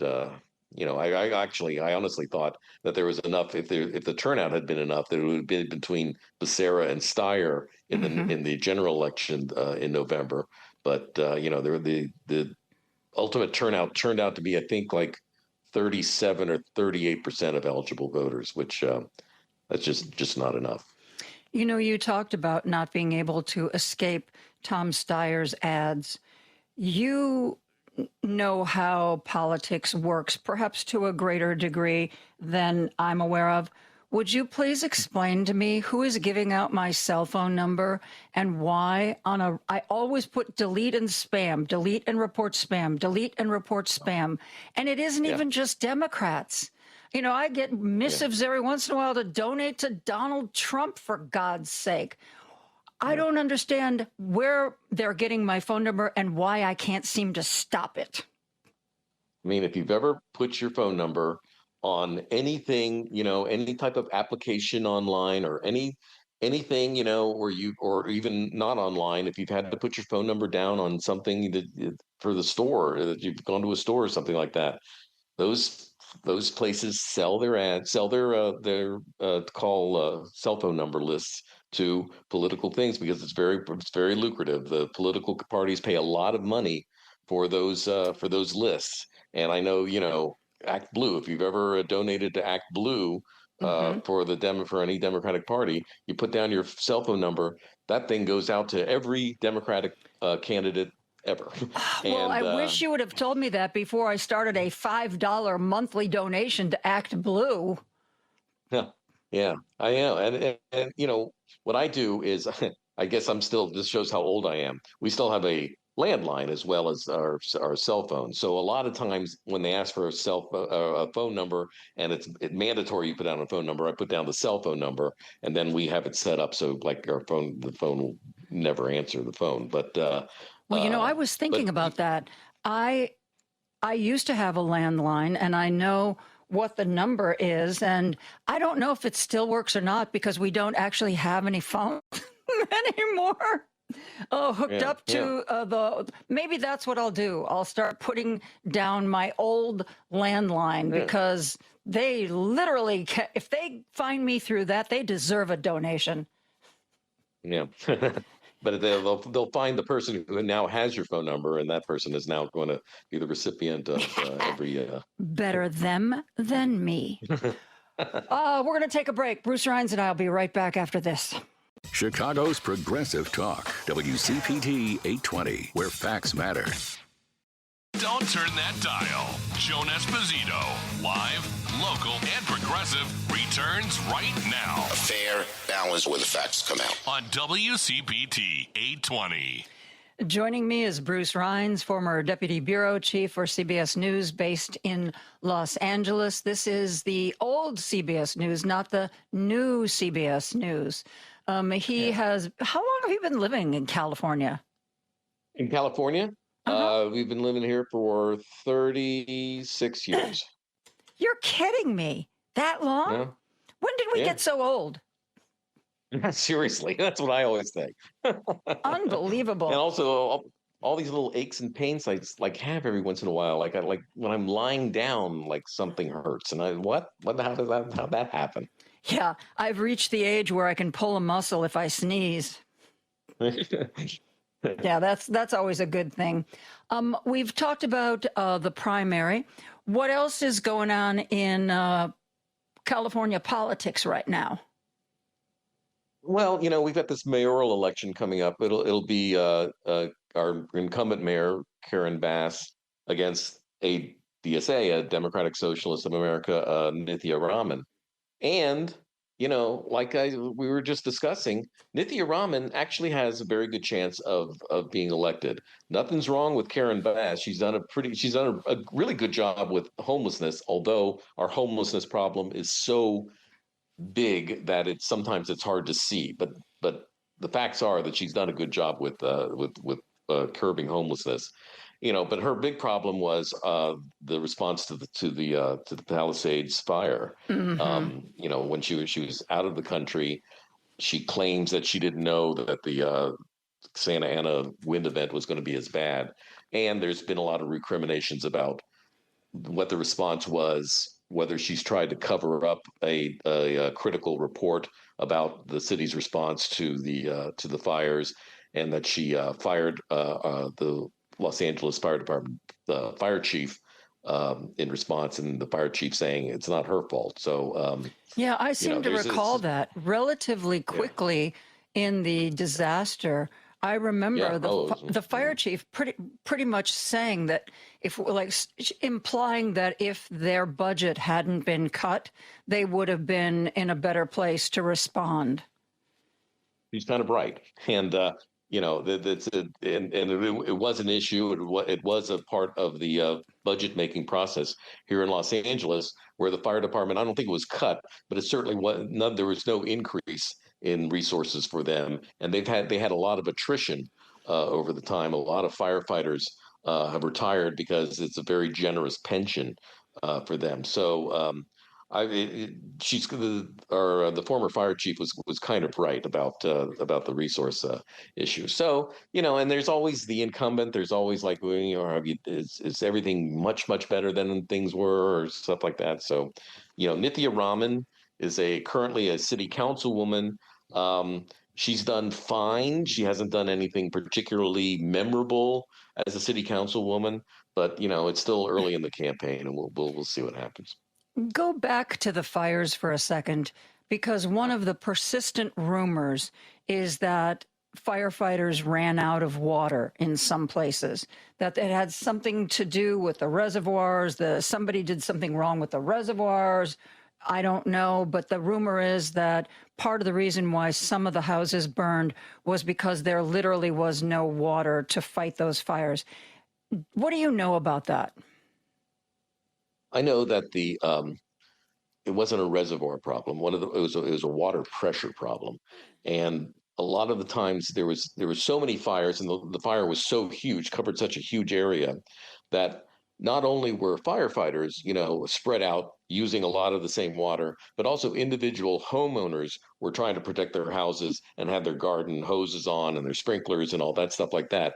The water pressure was a problem for some things, in some areas. Some of the firefighters did say we couldn't get enough water onto the fire. The fire was that because of the people with their sprinklers, or was that because of a different issue, the pressure? No, I think the pressure was definitely. I think people using all these people in one small area using their garden hoses and sprinklers at one time, in addition to various fire departments spread out through the fire zone trying to use the same amount of water. The system probably is not built for firefighters to cover such a large area with so much demand upon the water, let alone the individual homeowners who are using their garden hoses. But just firefighters in such a large area, all the way from the Malibu all the way down to Santa Monica, that it was a lot of fire, and so there really wasn't a lot of every fire hydrant around there was open, being used by somebody. And that just there's only so much pressure that can be used. I know you live a little south of there. Were you and Dawn ever frightened? Did you ever think about coming back to Illinois and visiting relatives? No, we're directly to the east, and the fire Pacific Palisades from our house is about 11 or 12 miles away. So while you could see it from our house, it was apocalyptic. I mean, in the truest sense of the word. We were not particularly afraid of that spreading. But what was interesting is during that time when the Pacific Palisades fire was happening and the Eaton fire in Altadena, there were many other fires that started that were a little bit closer to us. There was one up in the Hollywood Hills that happened one night. That's still, several miles from us, but, with the wind and all that stuff like that, you're never sure about what was going to happen. So, you just have to hope that, I will say that the California firefighters, the wildfire firefighters, are the best in the world. And they did a great job keeping most of those fires under control. The Palisades fire was just a different animal. Where does the rebuilding stand? There's rebuilding going on. It's very slow. And one of the big problems is that almost every property owner has to do something called remediation, where you have to make sure that the soil around your house is safe and not full of lead and other chemicals that burned in the fire and got deposited there. Or even if you didn't experience any damage by fire in your house, smoke and just the air settling into the house brings in toxic chemicals. All that stuff has to be remediated. So that's a slow process to get all that stuff cleaned up. There's building going on. I was out there, I guess it was 2 or 3 months ago. And, you see houses are going up and things like that, but it's not it's going to take a long time before Pacific Palisades is going to look anything like it was before. And also one of the problems is the insurance companies here have been extremely slow and obstinate a lot of times in getting stuff repaid. That remediation you're talking about, do the homeowners have to pay for that themselves? In some cases, yes. But the city, because the city doesn't have enough resources to do it by themselves. So private companies, have to come and do it. And then, they get certification that the property has been remediated, has been cleaned up, and that's submitted to the city. There was a lot of fear that developers would come in, particularly in the more blue-collar areas that burned, and that they would, hey, instead of rebuilding, we'll give you 50 cents or 40 cents on the dollar, let us buy your property. There was a real fear that, I think the Altadena is one of the more blue-collar areas. And has that happened? Yes. At first after the fires, there was a lot of civic pride, and they said we're going to keep Altadena, and we're going to stand up against these developers who are going to try to swoop in and pick up properties for a song. But as you say, not only are there people who are a little bit more lower on the economic scale, there's also a lot of older people. And for older people to sit around and wait for 5 years until their house is rebuilt, it's not, they just say, I'm just going to sell and move on with my life. And, I think that I'm sure they're being ripped off a little bit. I haven't heard that it's like so egregious that it's like a penny on $100 or something, but they're selling out. The people are selling out, and they're eventually going to build new houses there. And Altadena, beautiful community. It's still going to be a beautiful community. It's not going to look exactly the same as it was. Well, and I don't think it's limited to middle income earners. A friend of mine used to live in Pacific Palisades, moved away, but still had a lot of friends there. And he talked to one gentleman who he's friends with. The guy's in his early 70s. They had a great home, very wealthy. And he said, my wife wants us to rebuild. He said, but I'm in my early 70s. What am I going to just roam around for 10 years till this house is rebuilt? And then I'll be in my 80s, and assuming I make it to my 80s. And he was like, no, it doesn't. I'm not, he wasn't going to do it. And even if you got your house rebuilt quickly, all the houses around you have to wait for them to be rebuilt before you have the semblance of a neighborhood again. And that is not going to happen at any time soon.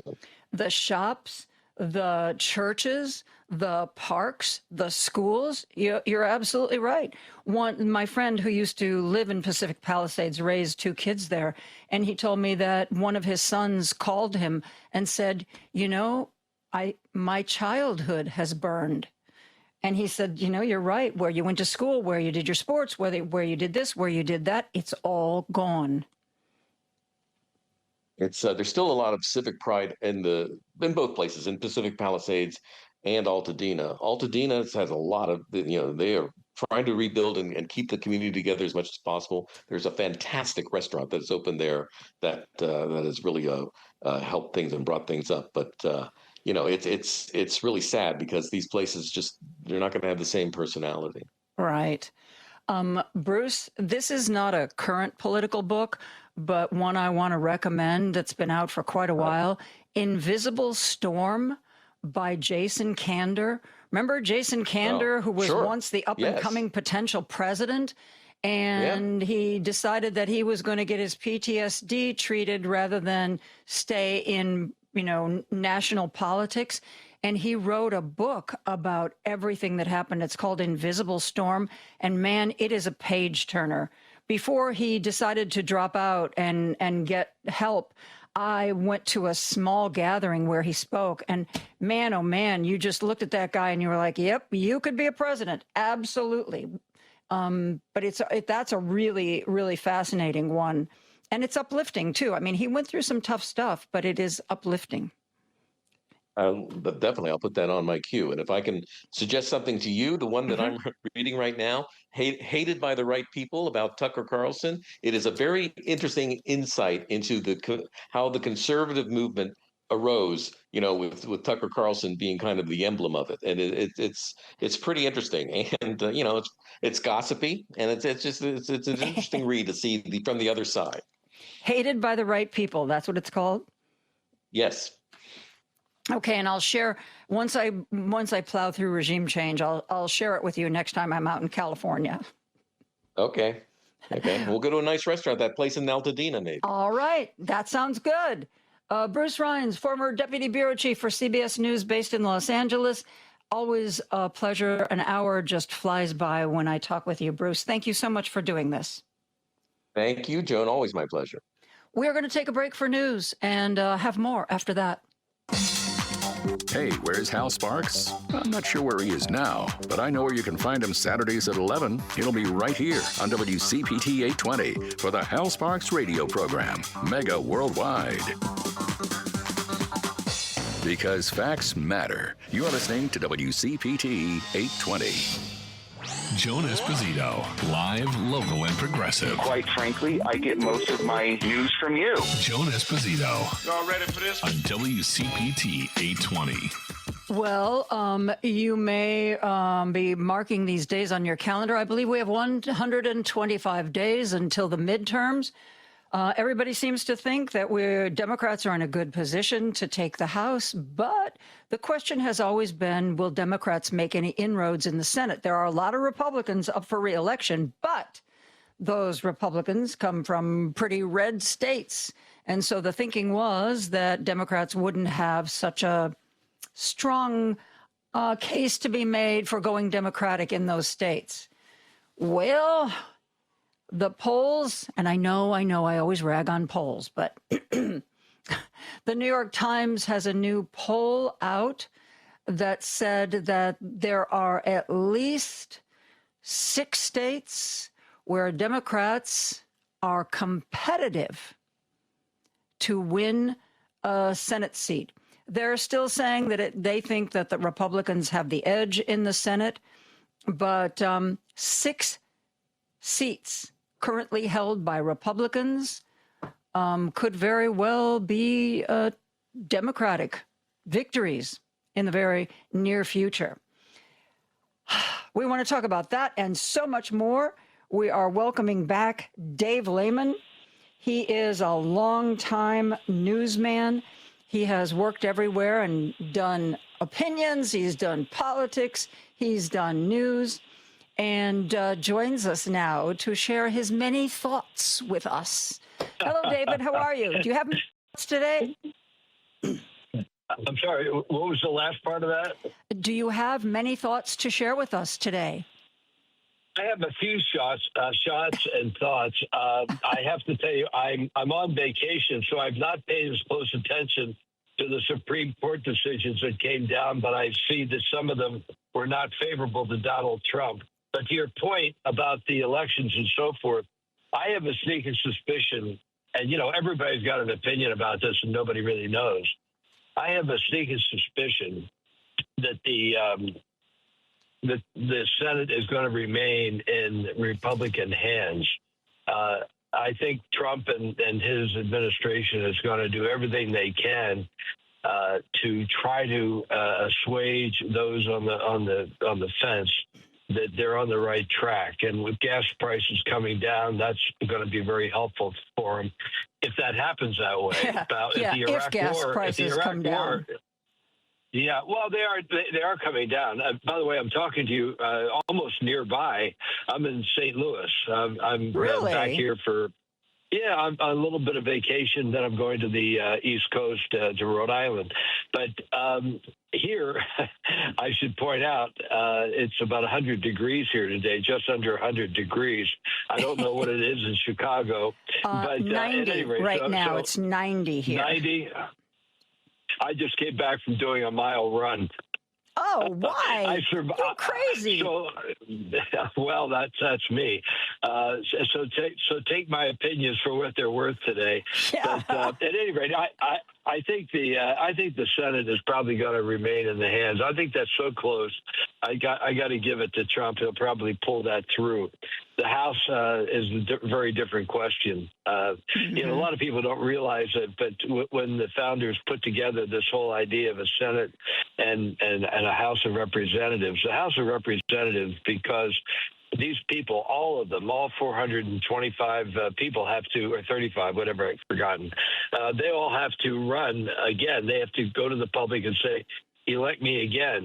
The senators have a 6-year term, so they've got a lot longer leash, if you will.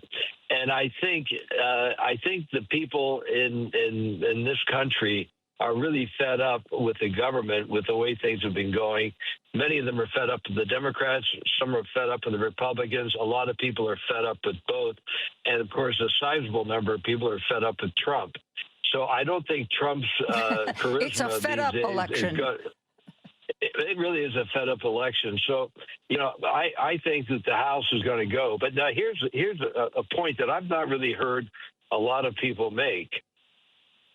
If the Senate stays in Republican hands, then I think you're going to see maybe Clarence Thomas and Samuel Alito. I think they're going to step down, and they're going to get replaced by Republicans. Because if the Senate were to go to the Democrats, if they decide they're going to retire, that puts the Democrats in a position to put in, quote unquote, more liberal Supreme Court justices. And I think the lasting legacy, and I've said this to you before, my opinion is that the lasting legacy of Donald Trump is probably not going to be the Iran war. It's probably not going to be gas prices. It's going to be the Supreme Court, because they're going to put people in there who were much younger, and they are going to have a long reign in the Supreme Court, whether they're Democrats or Republicans. And I think that is probably going to be the greatest imprimatur that he is going to have, I think, on both of his administrations. He already did it earlier, obviously, when he was first elected a few years ago. So, I think it's really crucial, in my point of view, that the Senate turn Democrat so they can block that sort of thing, because I just think the Supreme Court is so politicized, and I've heard arguments on both sides. I think they're just so politicized. You're going to see conservative votes dominating for the future. Well, along those lines, I've had people say to me that they think Samuel Alito will retire/resign before the midterms for fear that the Senate will go Democratic and that Trump won't get the opportunity to put a young right-wing Republican in that seat. I know we've only, if he's going to do it, he doesn't have a lot of time left, but but that's the rumor that I've heard, that, because he's so right-wing, and that having somebody like him in that seat is so important to him. Though, and I know, you have to have a heck of an ego to be on the Supreme Court, and it's a really difficult job to walk away from. Ruth Bader Ginsburg, I'm looking at you. So there's a lot of ego involved, and will Alito's politics win or his ego? I'm voting for ego myself. Well, I think it's hard to separate the two, actually, because I think his ego is extraordinary, but I just think that these guys, look, even if you're a powerful Supreme Court justice, at some point or another, this stuff gets to be kind of routine, not as much fun maybe as it used to be, or maybe it is fun now because they've got the majority. I just think, and I think it's not out of the question that Clarence Thomas will do the same thing. Well, I think, and this is me, I think that Clarence Thomas will only leave if he has financial reassurances that the gravy train won't stop. Because from what I read, and this was a while ago, there was a point years ago where Clarence Thomas said that he thought he was going to have to resign and go back to private practice because he just wasn't making enough money as a Supreme Court justice. And then all of a sudden, Harlan Crow, the gazillionaire, steps in and becomes his best friend and is buying him $250,000 RVs and taking him on fancy vacations and making sure he gets really pricey speaking engagements. I think for Clarence Thomas, it's all about the money. If they can reassure him that the money train is not going to go away, then I think he won't care.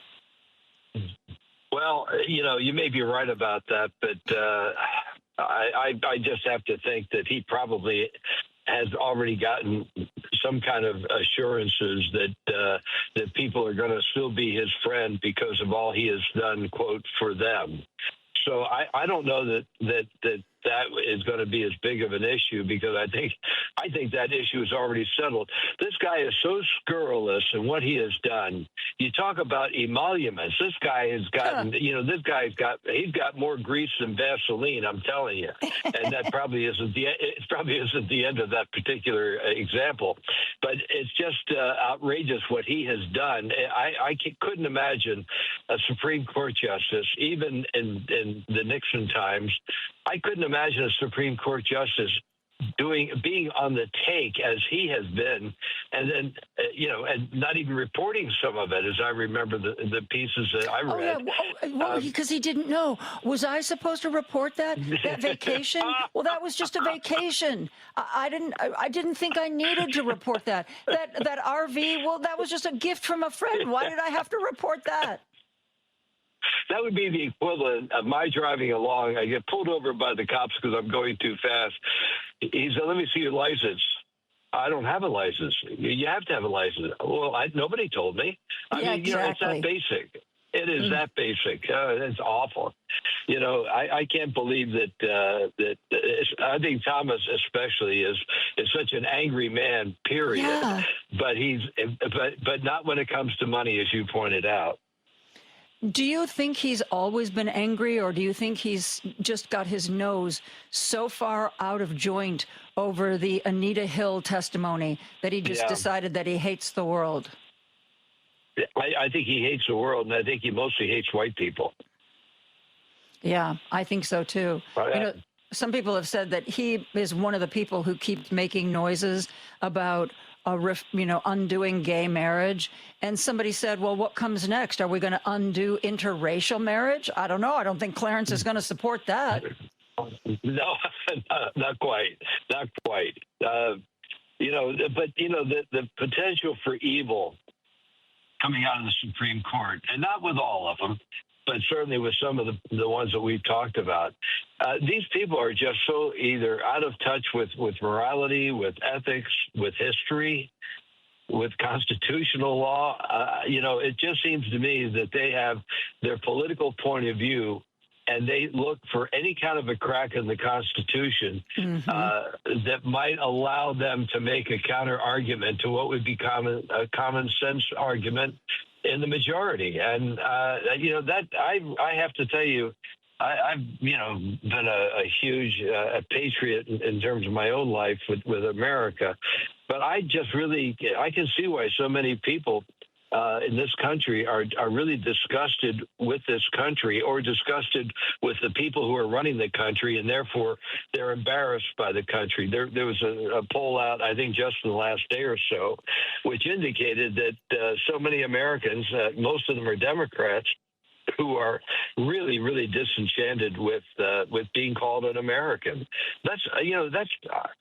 I think you'd have to go back to the Vietnam War to find any comparable statistics on that, where everybody was polarized, everything from the war to feminism to sexual conduct to, race relations in schools, the whole thing.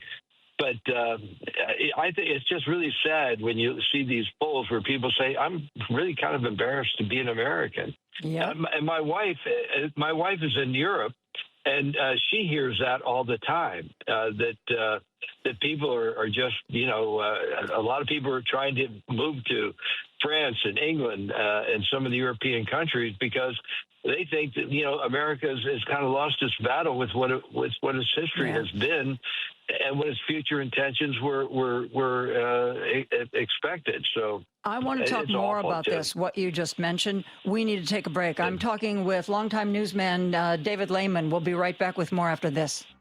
Hey, Google, play WCPT. Streaming Chicago's progressive talk from TuneIn. Hey, it's Joan Esposito, and I want to tell you about 120 Life. 120 Life is a drink made with ingredients that help support healthy blood pressure. My mom struggled with high blood pressure for much of her adult life, and for many of us, it runs in the family. 120 Life is a great-tasting fruit and vegetable drink designed to improve your blood pressure. Put it to the test for a couple of weeks. Check your blood pressure. See if it works for you. Some people reported results in as little as 2 weeks. And I enjoy 120 Life because it's a great fruit drink that isn't overly sugary. To try it, go online, 120life.com. That's 120life.com.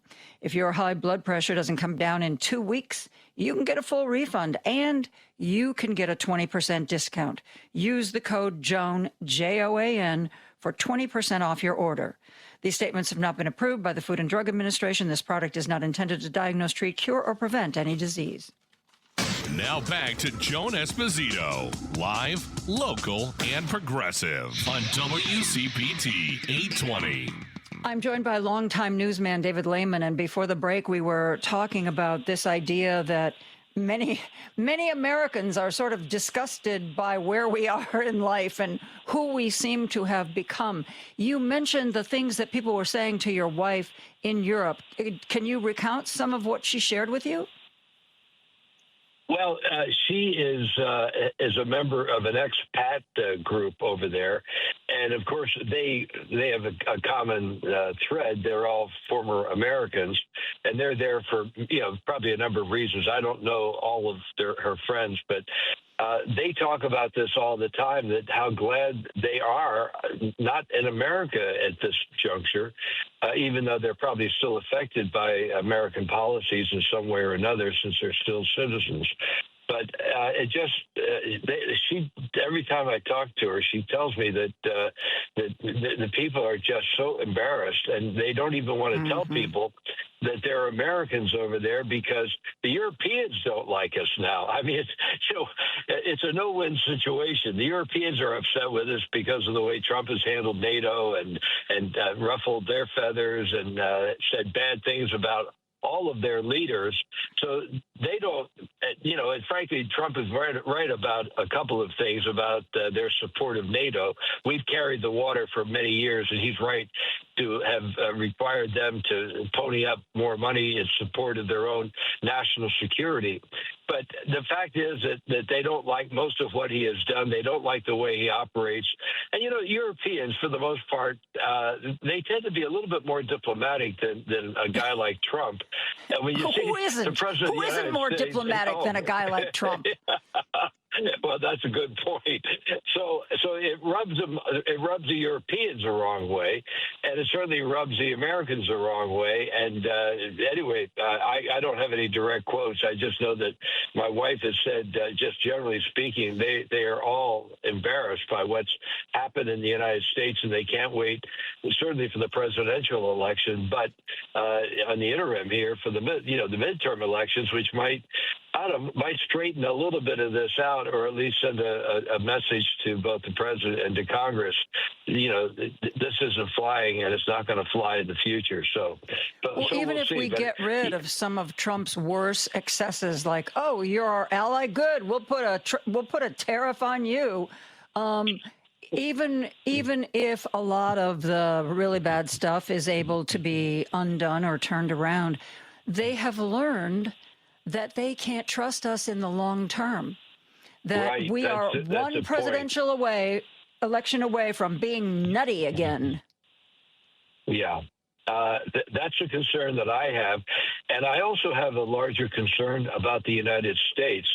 There are a lot of politicians out there that for years, decades, maybe even centuries, but certainly for decades, when I've been a news reporter and an anchor, that there are a lot of politicians who would behave like Trump, but knew that they couldn't do that. It was just so unsavory, and it would not play well the next election. So they kind of behaved themselves.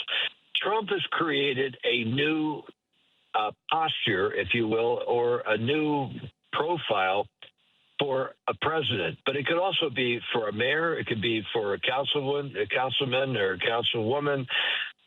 Whatever, his behavior has now become acceptable, where it never would have been acceptable before. So one of my fears is that the lasting imprint of the Trump administration, aside from the Supreme Court that we talked about, is that he's created a whole new profile for an executive at the city, town, state level, that other people may say, well, hey, if Trump can do that, I'm going to be as outrageous as he is. Mm-hmm. That bothers me, because you can see what's happening at the national level spilling over into the local level. And, and that would change America from the grassroots. And that really concerns me, that he's setting a precedent for other people to follow because Donald Trump did it. Well, I just read something along those lines this morning that, this is all, getting rid of Trump either because he dies or, runs out his term. Yeah. But we now have what appears to be a mechanism in place for another narcissist tyrant who gets elected and says, you know what, all those pathways Trump created, I'm going to use each and every one of them. I'm going to make $2 billion in profit for the first year and a half of my term. And I'm going to ask for jumbo jets. And I'm going to ask for Nobel Peace Prizes. I mean, we've got, unless we can change the law in a way that is effective, that is permanent, and carries a real punishment. The Emoluments Clause. We're ignoring it. What are you going to do? What are you going to do to us? It's got to have teeth, and it's got to have a punishment. Well, the only problem is it may or may not be supported when a case involving that goes to the Supreme Court, and you've got the Trump allies on the court, voting in such a way as to allow that to continue to happen. So basically, it reconfirms, that's okay to do that. I mean, you mentioned the Emoluments Clause. You took the words right out of my mouth. Whatever happened to that? I mean, why is it? Why aren't there prosecutions going on about? Well, I understand federally they're controlled by the Justice Department, which is controlled by Trump. But I really haven't heard a consistent. This is where the Democrats, I think, fall down. They ought to be pounding away on that, as they are on affordability. I mean, affordability is certainly a key issue. But this is something that is so corrupt that even Republicans would be repulsed by it. 15, 20 years ago, Republicans would have been outraged. They would have been the first ones, even more than the Democrats, to say, what is all this official graft going on? That's obscene. Those are tax dollars that are being wasted. They're being robbed. But they sit there, in their own, cozy little corners, afraid to say anything about Trump. And I don't think the Democrats have seized that, unless they're holding their power, Well, my understanding for some of this that Trump violated was, even though it says, there's this thing and you can't do this, a couple of the things that Trump was doing in his first term, we realized, because there had always been an honor system, that if somebody actually did violate this, there was no fine, there was no jail time, that there were a lot of these things didn't carry any punishments with them. And so that's why Trump was able to just say, yeah, I broke it. So what? Go away. David, we need to take another break. I'm talking to a longtime newsman, Dave Layman. We are going to continue to solve the world's problems when we come right back after this. Now back to Joan Esposito, live, local, and progressive on WCPT 820. I'm talking to longtime newsman David Layman, and we're talking about what Europe thinks of us and Europeans, and how lately when Americans go abroad, which they still seem to be doing this summer, a lot of times they go and apologize for being Americans. David, I don't know if you were able to follow some of the videos that were posted by some of the Europeans who came to the United States for the football championships. Did you see some of those? I saw from French, UK, Japan, Scotland. It was just it was a potpourri.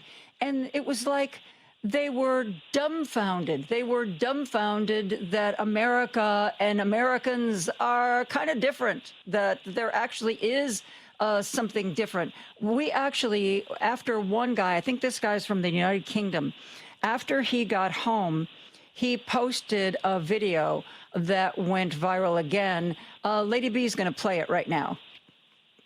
This is a message to all of the American people out there that may or may not see this video. I never want you to forget this summer, the summer of 2026. I never want you, the American people, to forget the amazing positive impact that you have had on so many people around the globe. I never want you to forget how amazing you all are. Never want you to forget how your kindness has made people not want to leave this great country this summer. I want you all to remember how you have been so welcoming to so many people from all around the world this summer. I never want you to forget how you have looked out for people and how you have treated people this summer and how you have been so hospitable to everybody this summer. Most importantly, never forget who you guys are. You are the great American people, defined by character, integrity, hope, love,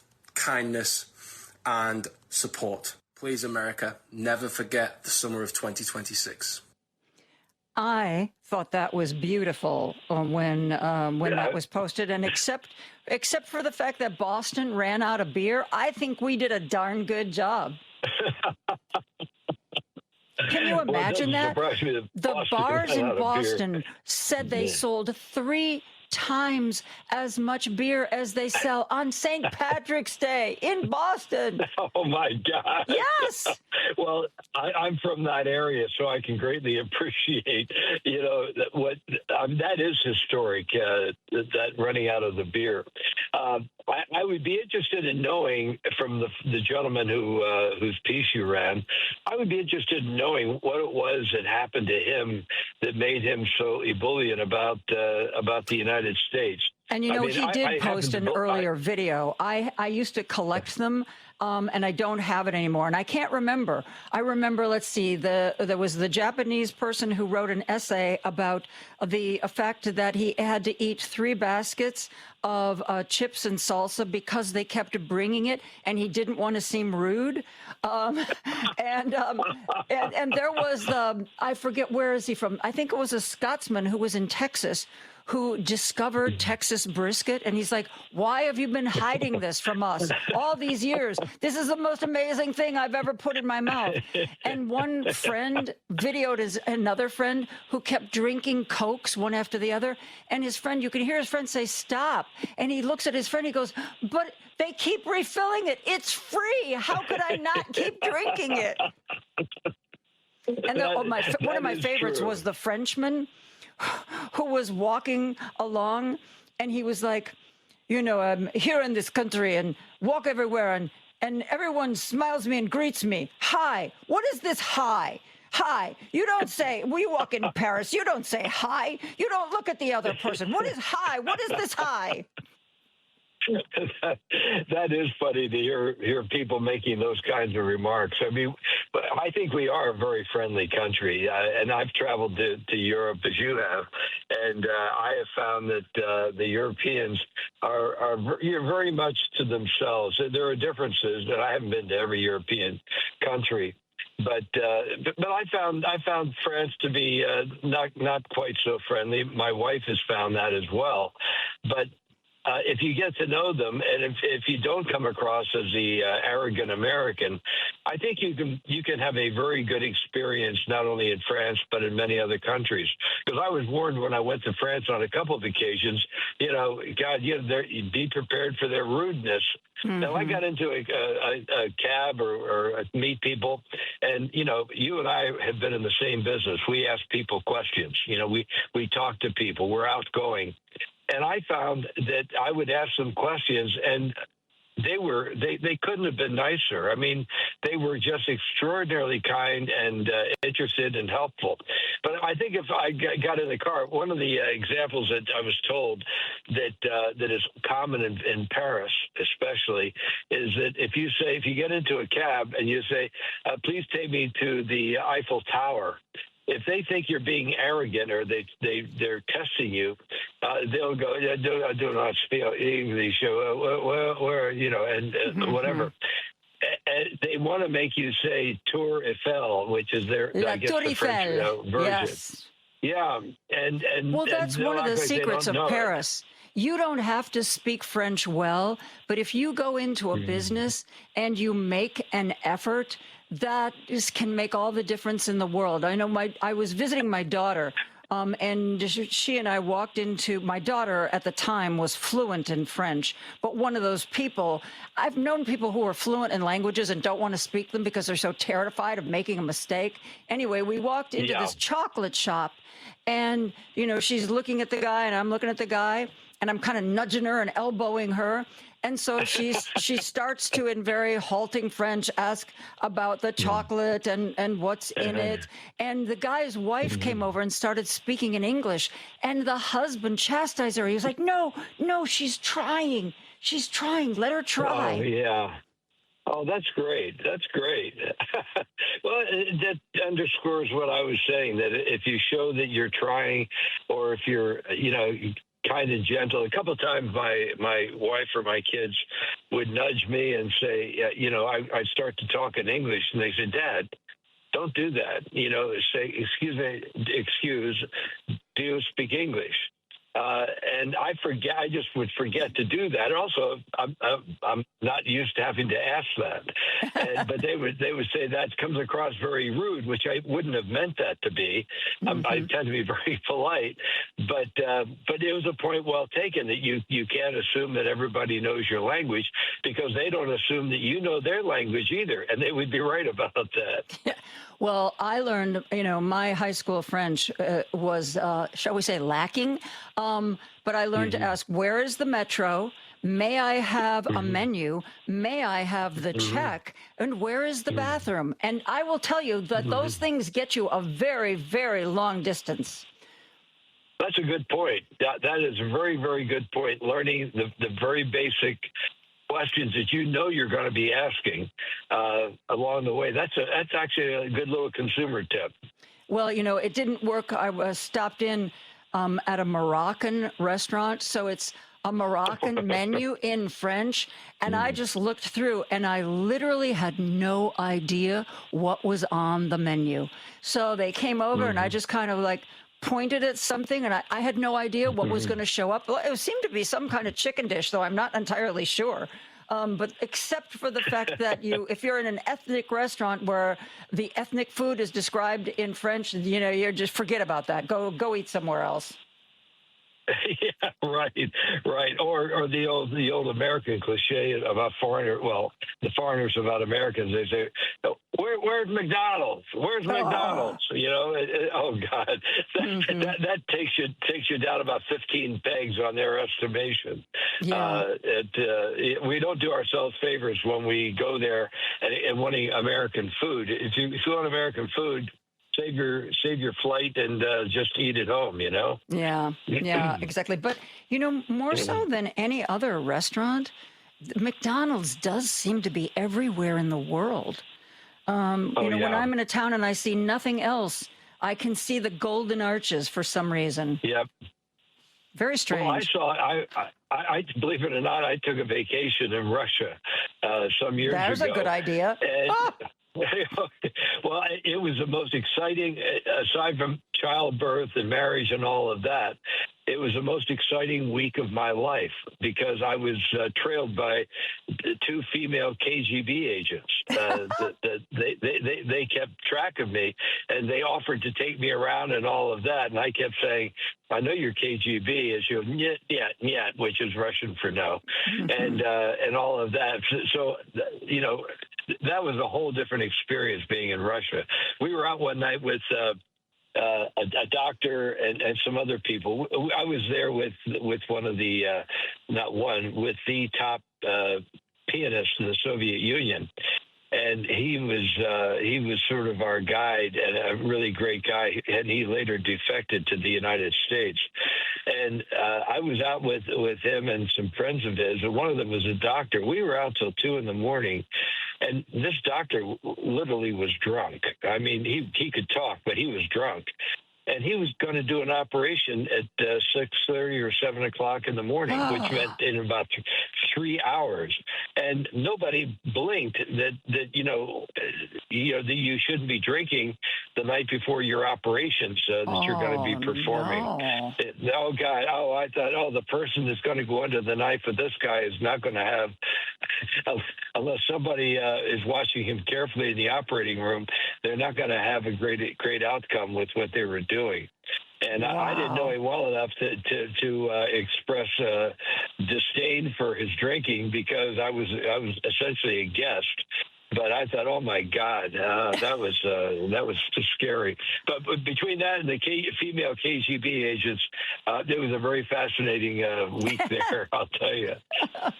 Okay, well, we need to take another break. David Layman and I will be right back after this. WCPT 820, Chicago's progressive talk, where facts matter. Are you looking to buy a new home? Especially, are you looking to buy a home in a complicated situation where there is an estate of a deceased family member? Team Hochberg can handle that. They are our trusted local lender. They know the ins and outs of all this really complicated stuff. Cindy and her sister inherited their mom's home when she died. Cindy had been living with and serving as her mother's primary caregiver. She wanted to buy the home, so she called Team Hochberg for a free consultation. David helped Cindy get a mortgage to buy the home from her mother's estate, allowing her sister to get her share of the equity. David helped Cindy get a mortgage so she could buy her mother's home, and her sister got her portion of the estate. Everybody won. You know, death can be very overwhelming, especially when you're dealing with the financial ramifications. So if you're in a situation similar to this, call Team Hochberg, 855-563-2843, or go online, 56david.com. Team Hochberg has helped me and thousands of WCPT listeners, but they can't help if you don't call 855-563-2843 or on the web, 56david.com. ACM Equal Housing Lender, NMLS 643114. Joan Esposito, live, local, and progressive. Every weekday afternoon from 2 to 5 p.m. on WCPT 820. And I am joined by longtime newsman Dave Layman. Dave, you said you were on vacation and you were in St. Louis right now. Isn't that where you were born? No, I was born in Philadelphia, outside Philadelphia. Oh. I spent 8 years there. Then my father got a promotion, and we moved to St. Louis, which was pretty dramatic in the 50s because, you know, we had all of our relatives right around us in the Philadelphia area. And, you know, the irony is this just a little side note to my life experience. When we did that, we really kind of evaporated our family ties because back then it was a 1,000-mile trip to go back and forth. And people who flew mostly were business people or the wealthy. We didn't have the relatively low flying rates that we do today. So that really cost us a lot. You know, we lost track of a lot of our relatives. My mother came from a big family. And when people are looking at making a move, now today it's a lot easier and flights are cheaper. You can keep it. And of course, you've got, you know, the online stuff, which brings everybody a little closer together. But when they make a big decision like that, you know, it really is life changing. And it was for us. I lost track of almost all of my aunts and uncles, and it also didn't help that many of them died early in life because they were all smokers, and you know, the diets, nobody exercised, and all of that, which was the case of most people at the time.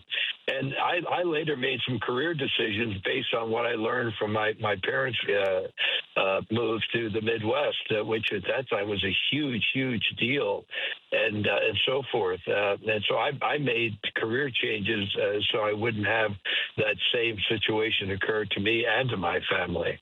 Really? That's very interesting that, you know, that affected you so deeply at such a young age. Well, I'll tell you what the impact was.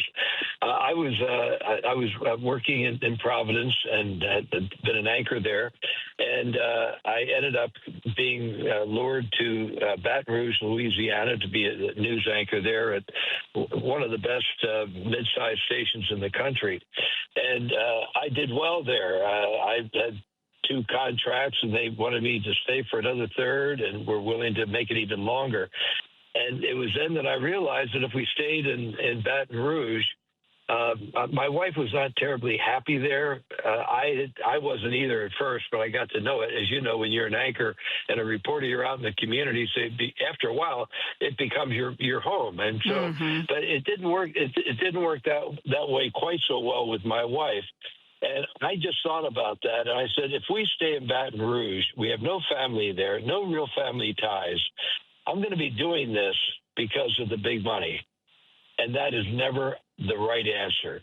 So I told them, I told my the president of the company, that I felt like I really had the obligation to take my 4- and 5-year-old daughters and my wife back to New England, where we had family and friends. And they were highly disappointed. but they said they understood because they were a family. It was a family-owned TV station. Mm-hmm. And when I went back to Rhode Island, I went back and I didn't have a job lined up. As I tell people, it was the worst financial decision I think I've ever made. It was the best family decision I ever made. So anyway, there may be a lesson in there for some of your listeners who may be faced with those same kinds of choices, but you really need to think that out and try to imagine what the repercussions might be. And I hope this little conversation might help elucidate the what the repercussions can be that you may not see going into a good opportunity. Well, you raise an interesting point about the local TV news business. When you were in it and when I was in it, it was often that you had to move to a new town basically to get a promotion. You know, if you went to work in one market, one city as a reporter, management there and everybody in town thought of you as a reporter. And if you wanted to do something else, a specialty kind of reporting or maybe anchoring, you had to basically go somewhere else and start fresh. I remember Jim Avila, who is deceased now. He worked at Channel 7 and he worked for the network.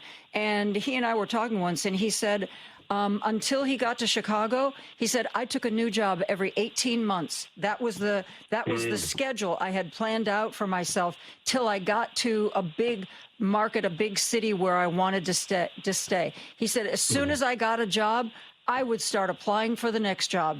In 18 months, and you're out of there. And that used to be the norm. I call news anchors the last of the white-collar migratory workers. But I don't think that's true anymore, do you? I mean, in the old days, you know, when the days when, especially working in a major market, was particularly lucrative, there was some real serious economic incentive to pick up. And now that, let's face it, most people doing television news don't make the kind of money that used to be offered to folks. Why should you move? You know, what's the incentive? Yeah. Well, it was interesting when I moved to San Diego. And by the way, Jim Avila died in San Diego. Did he really? Yeah, he was working here. The ABC station hired him here as, you know, the tough investigative reporter. And I think he was dead within a year. He died working for the ABC. I remember he retired. He retired and he was writing for a newsletter. And then all of a sudden he announced he'd gotten a job again. And he was like, he said, I was bored. You know, that's one of the things about TV news people. You know, most of us are pretty driven. And when you retire, maybe for the first 6 months, it's great. Oh, I can sleep in. I can do whatever I want. And then after that, you're looking around going, okay, what do I do now? Bored. What do I do now? And you feel... And you feel whatever you're doing is not very important. That when you're a news anchor or a reporter, this might sound kind of corny, but you're driven. I think most reporters, the ones that I work for and the ones I hired, these were people who probably would have done this job for very little money. When I got into it, I was making... I think in Quincy, Illinois, I was probably making something like $12,000 a year. And I was doing it because I wanted, this is what I wanted to do. And that was before it became very lucrative. Television news really came of age in the 1970s and 80s. And that's when, the happy talk anchors and all of that. But people made an appointment to watch television news. It got better and better and better because it became a profit center. TV news, as you know, was always looked at. You had to have it on if you were an owner of a station, you had to have TV news on the air because you had to have that to keep your license to show that you were operating in the public good. News was a lost leader. It took money out of the station's profits. And suddenly a guy like Frank Magid, who was at one time the leading TV news consultant, he consulted stations and networks all across the country. He came in and he took a look at what was going on, and he said, you know what? Television news is too important to leave in the hands of journalists, and so they ended up showing stations, if you expanded your news, if you did a whole variety of things and so forth, you're going to make even more money. And so, nowadays, if you go to, if you go to L.A., you've been to L.A., their local news starts at, I think, 3 o'clock in the afternoon, and it goes till 8 o'clock at night, and in some cases goes till 10 o'clock at night. And it's also a lot cheaper than buying network programming or buying syndicated programming, I should say. So television news really became, television, you became a huge personality in Chicago. I became one in Dallas. I became one in other stations because they promoted you. Mm-hmm. People knew who you were.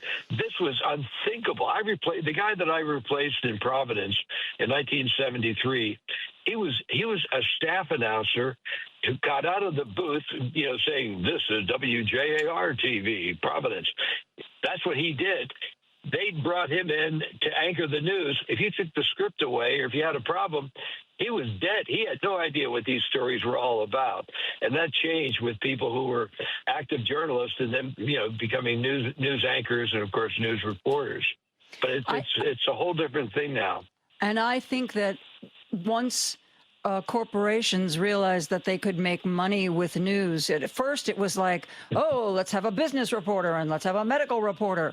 And then as time went on, and some of these big corporations got bought by bigger corporations, and it was like, yeah, we want you to show like a 10% increase in your profits pretty much every year.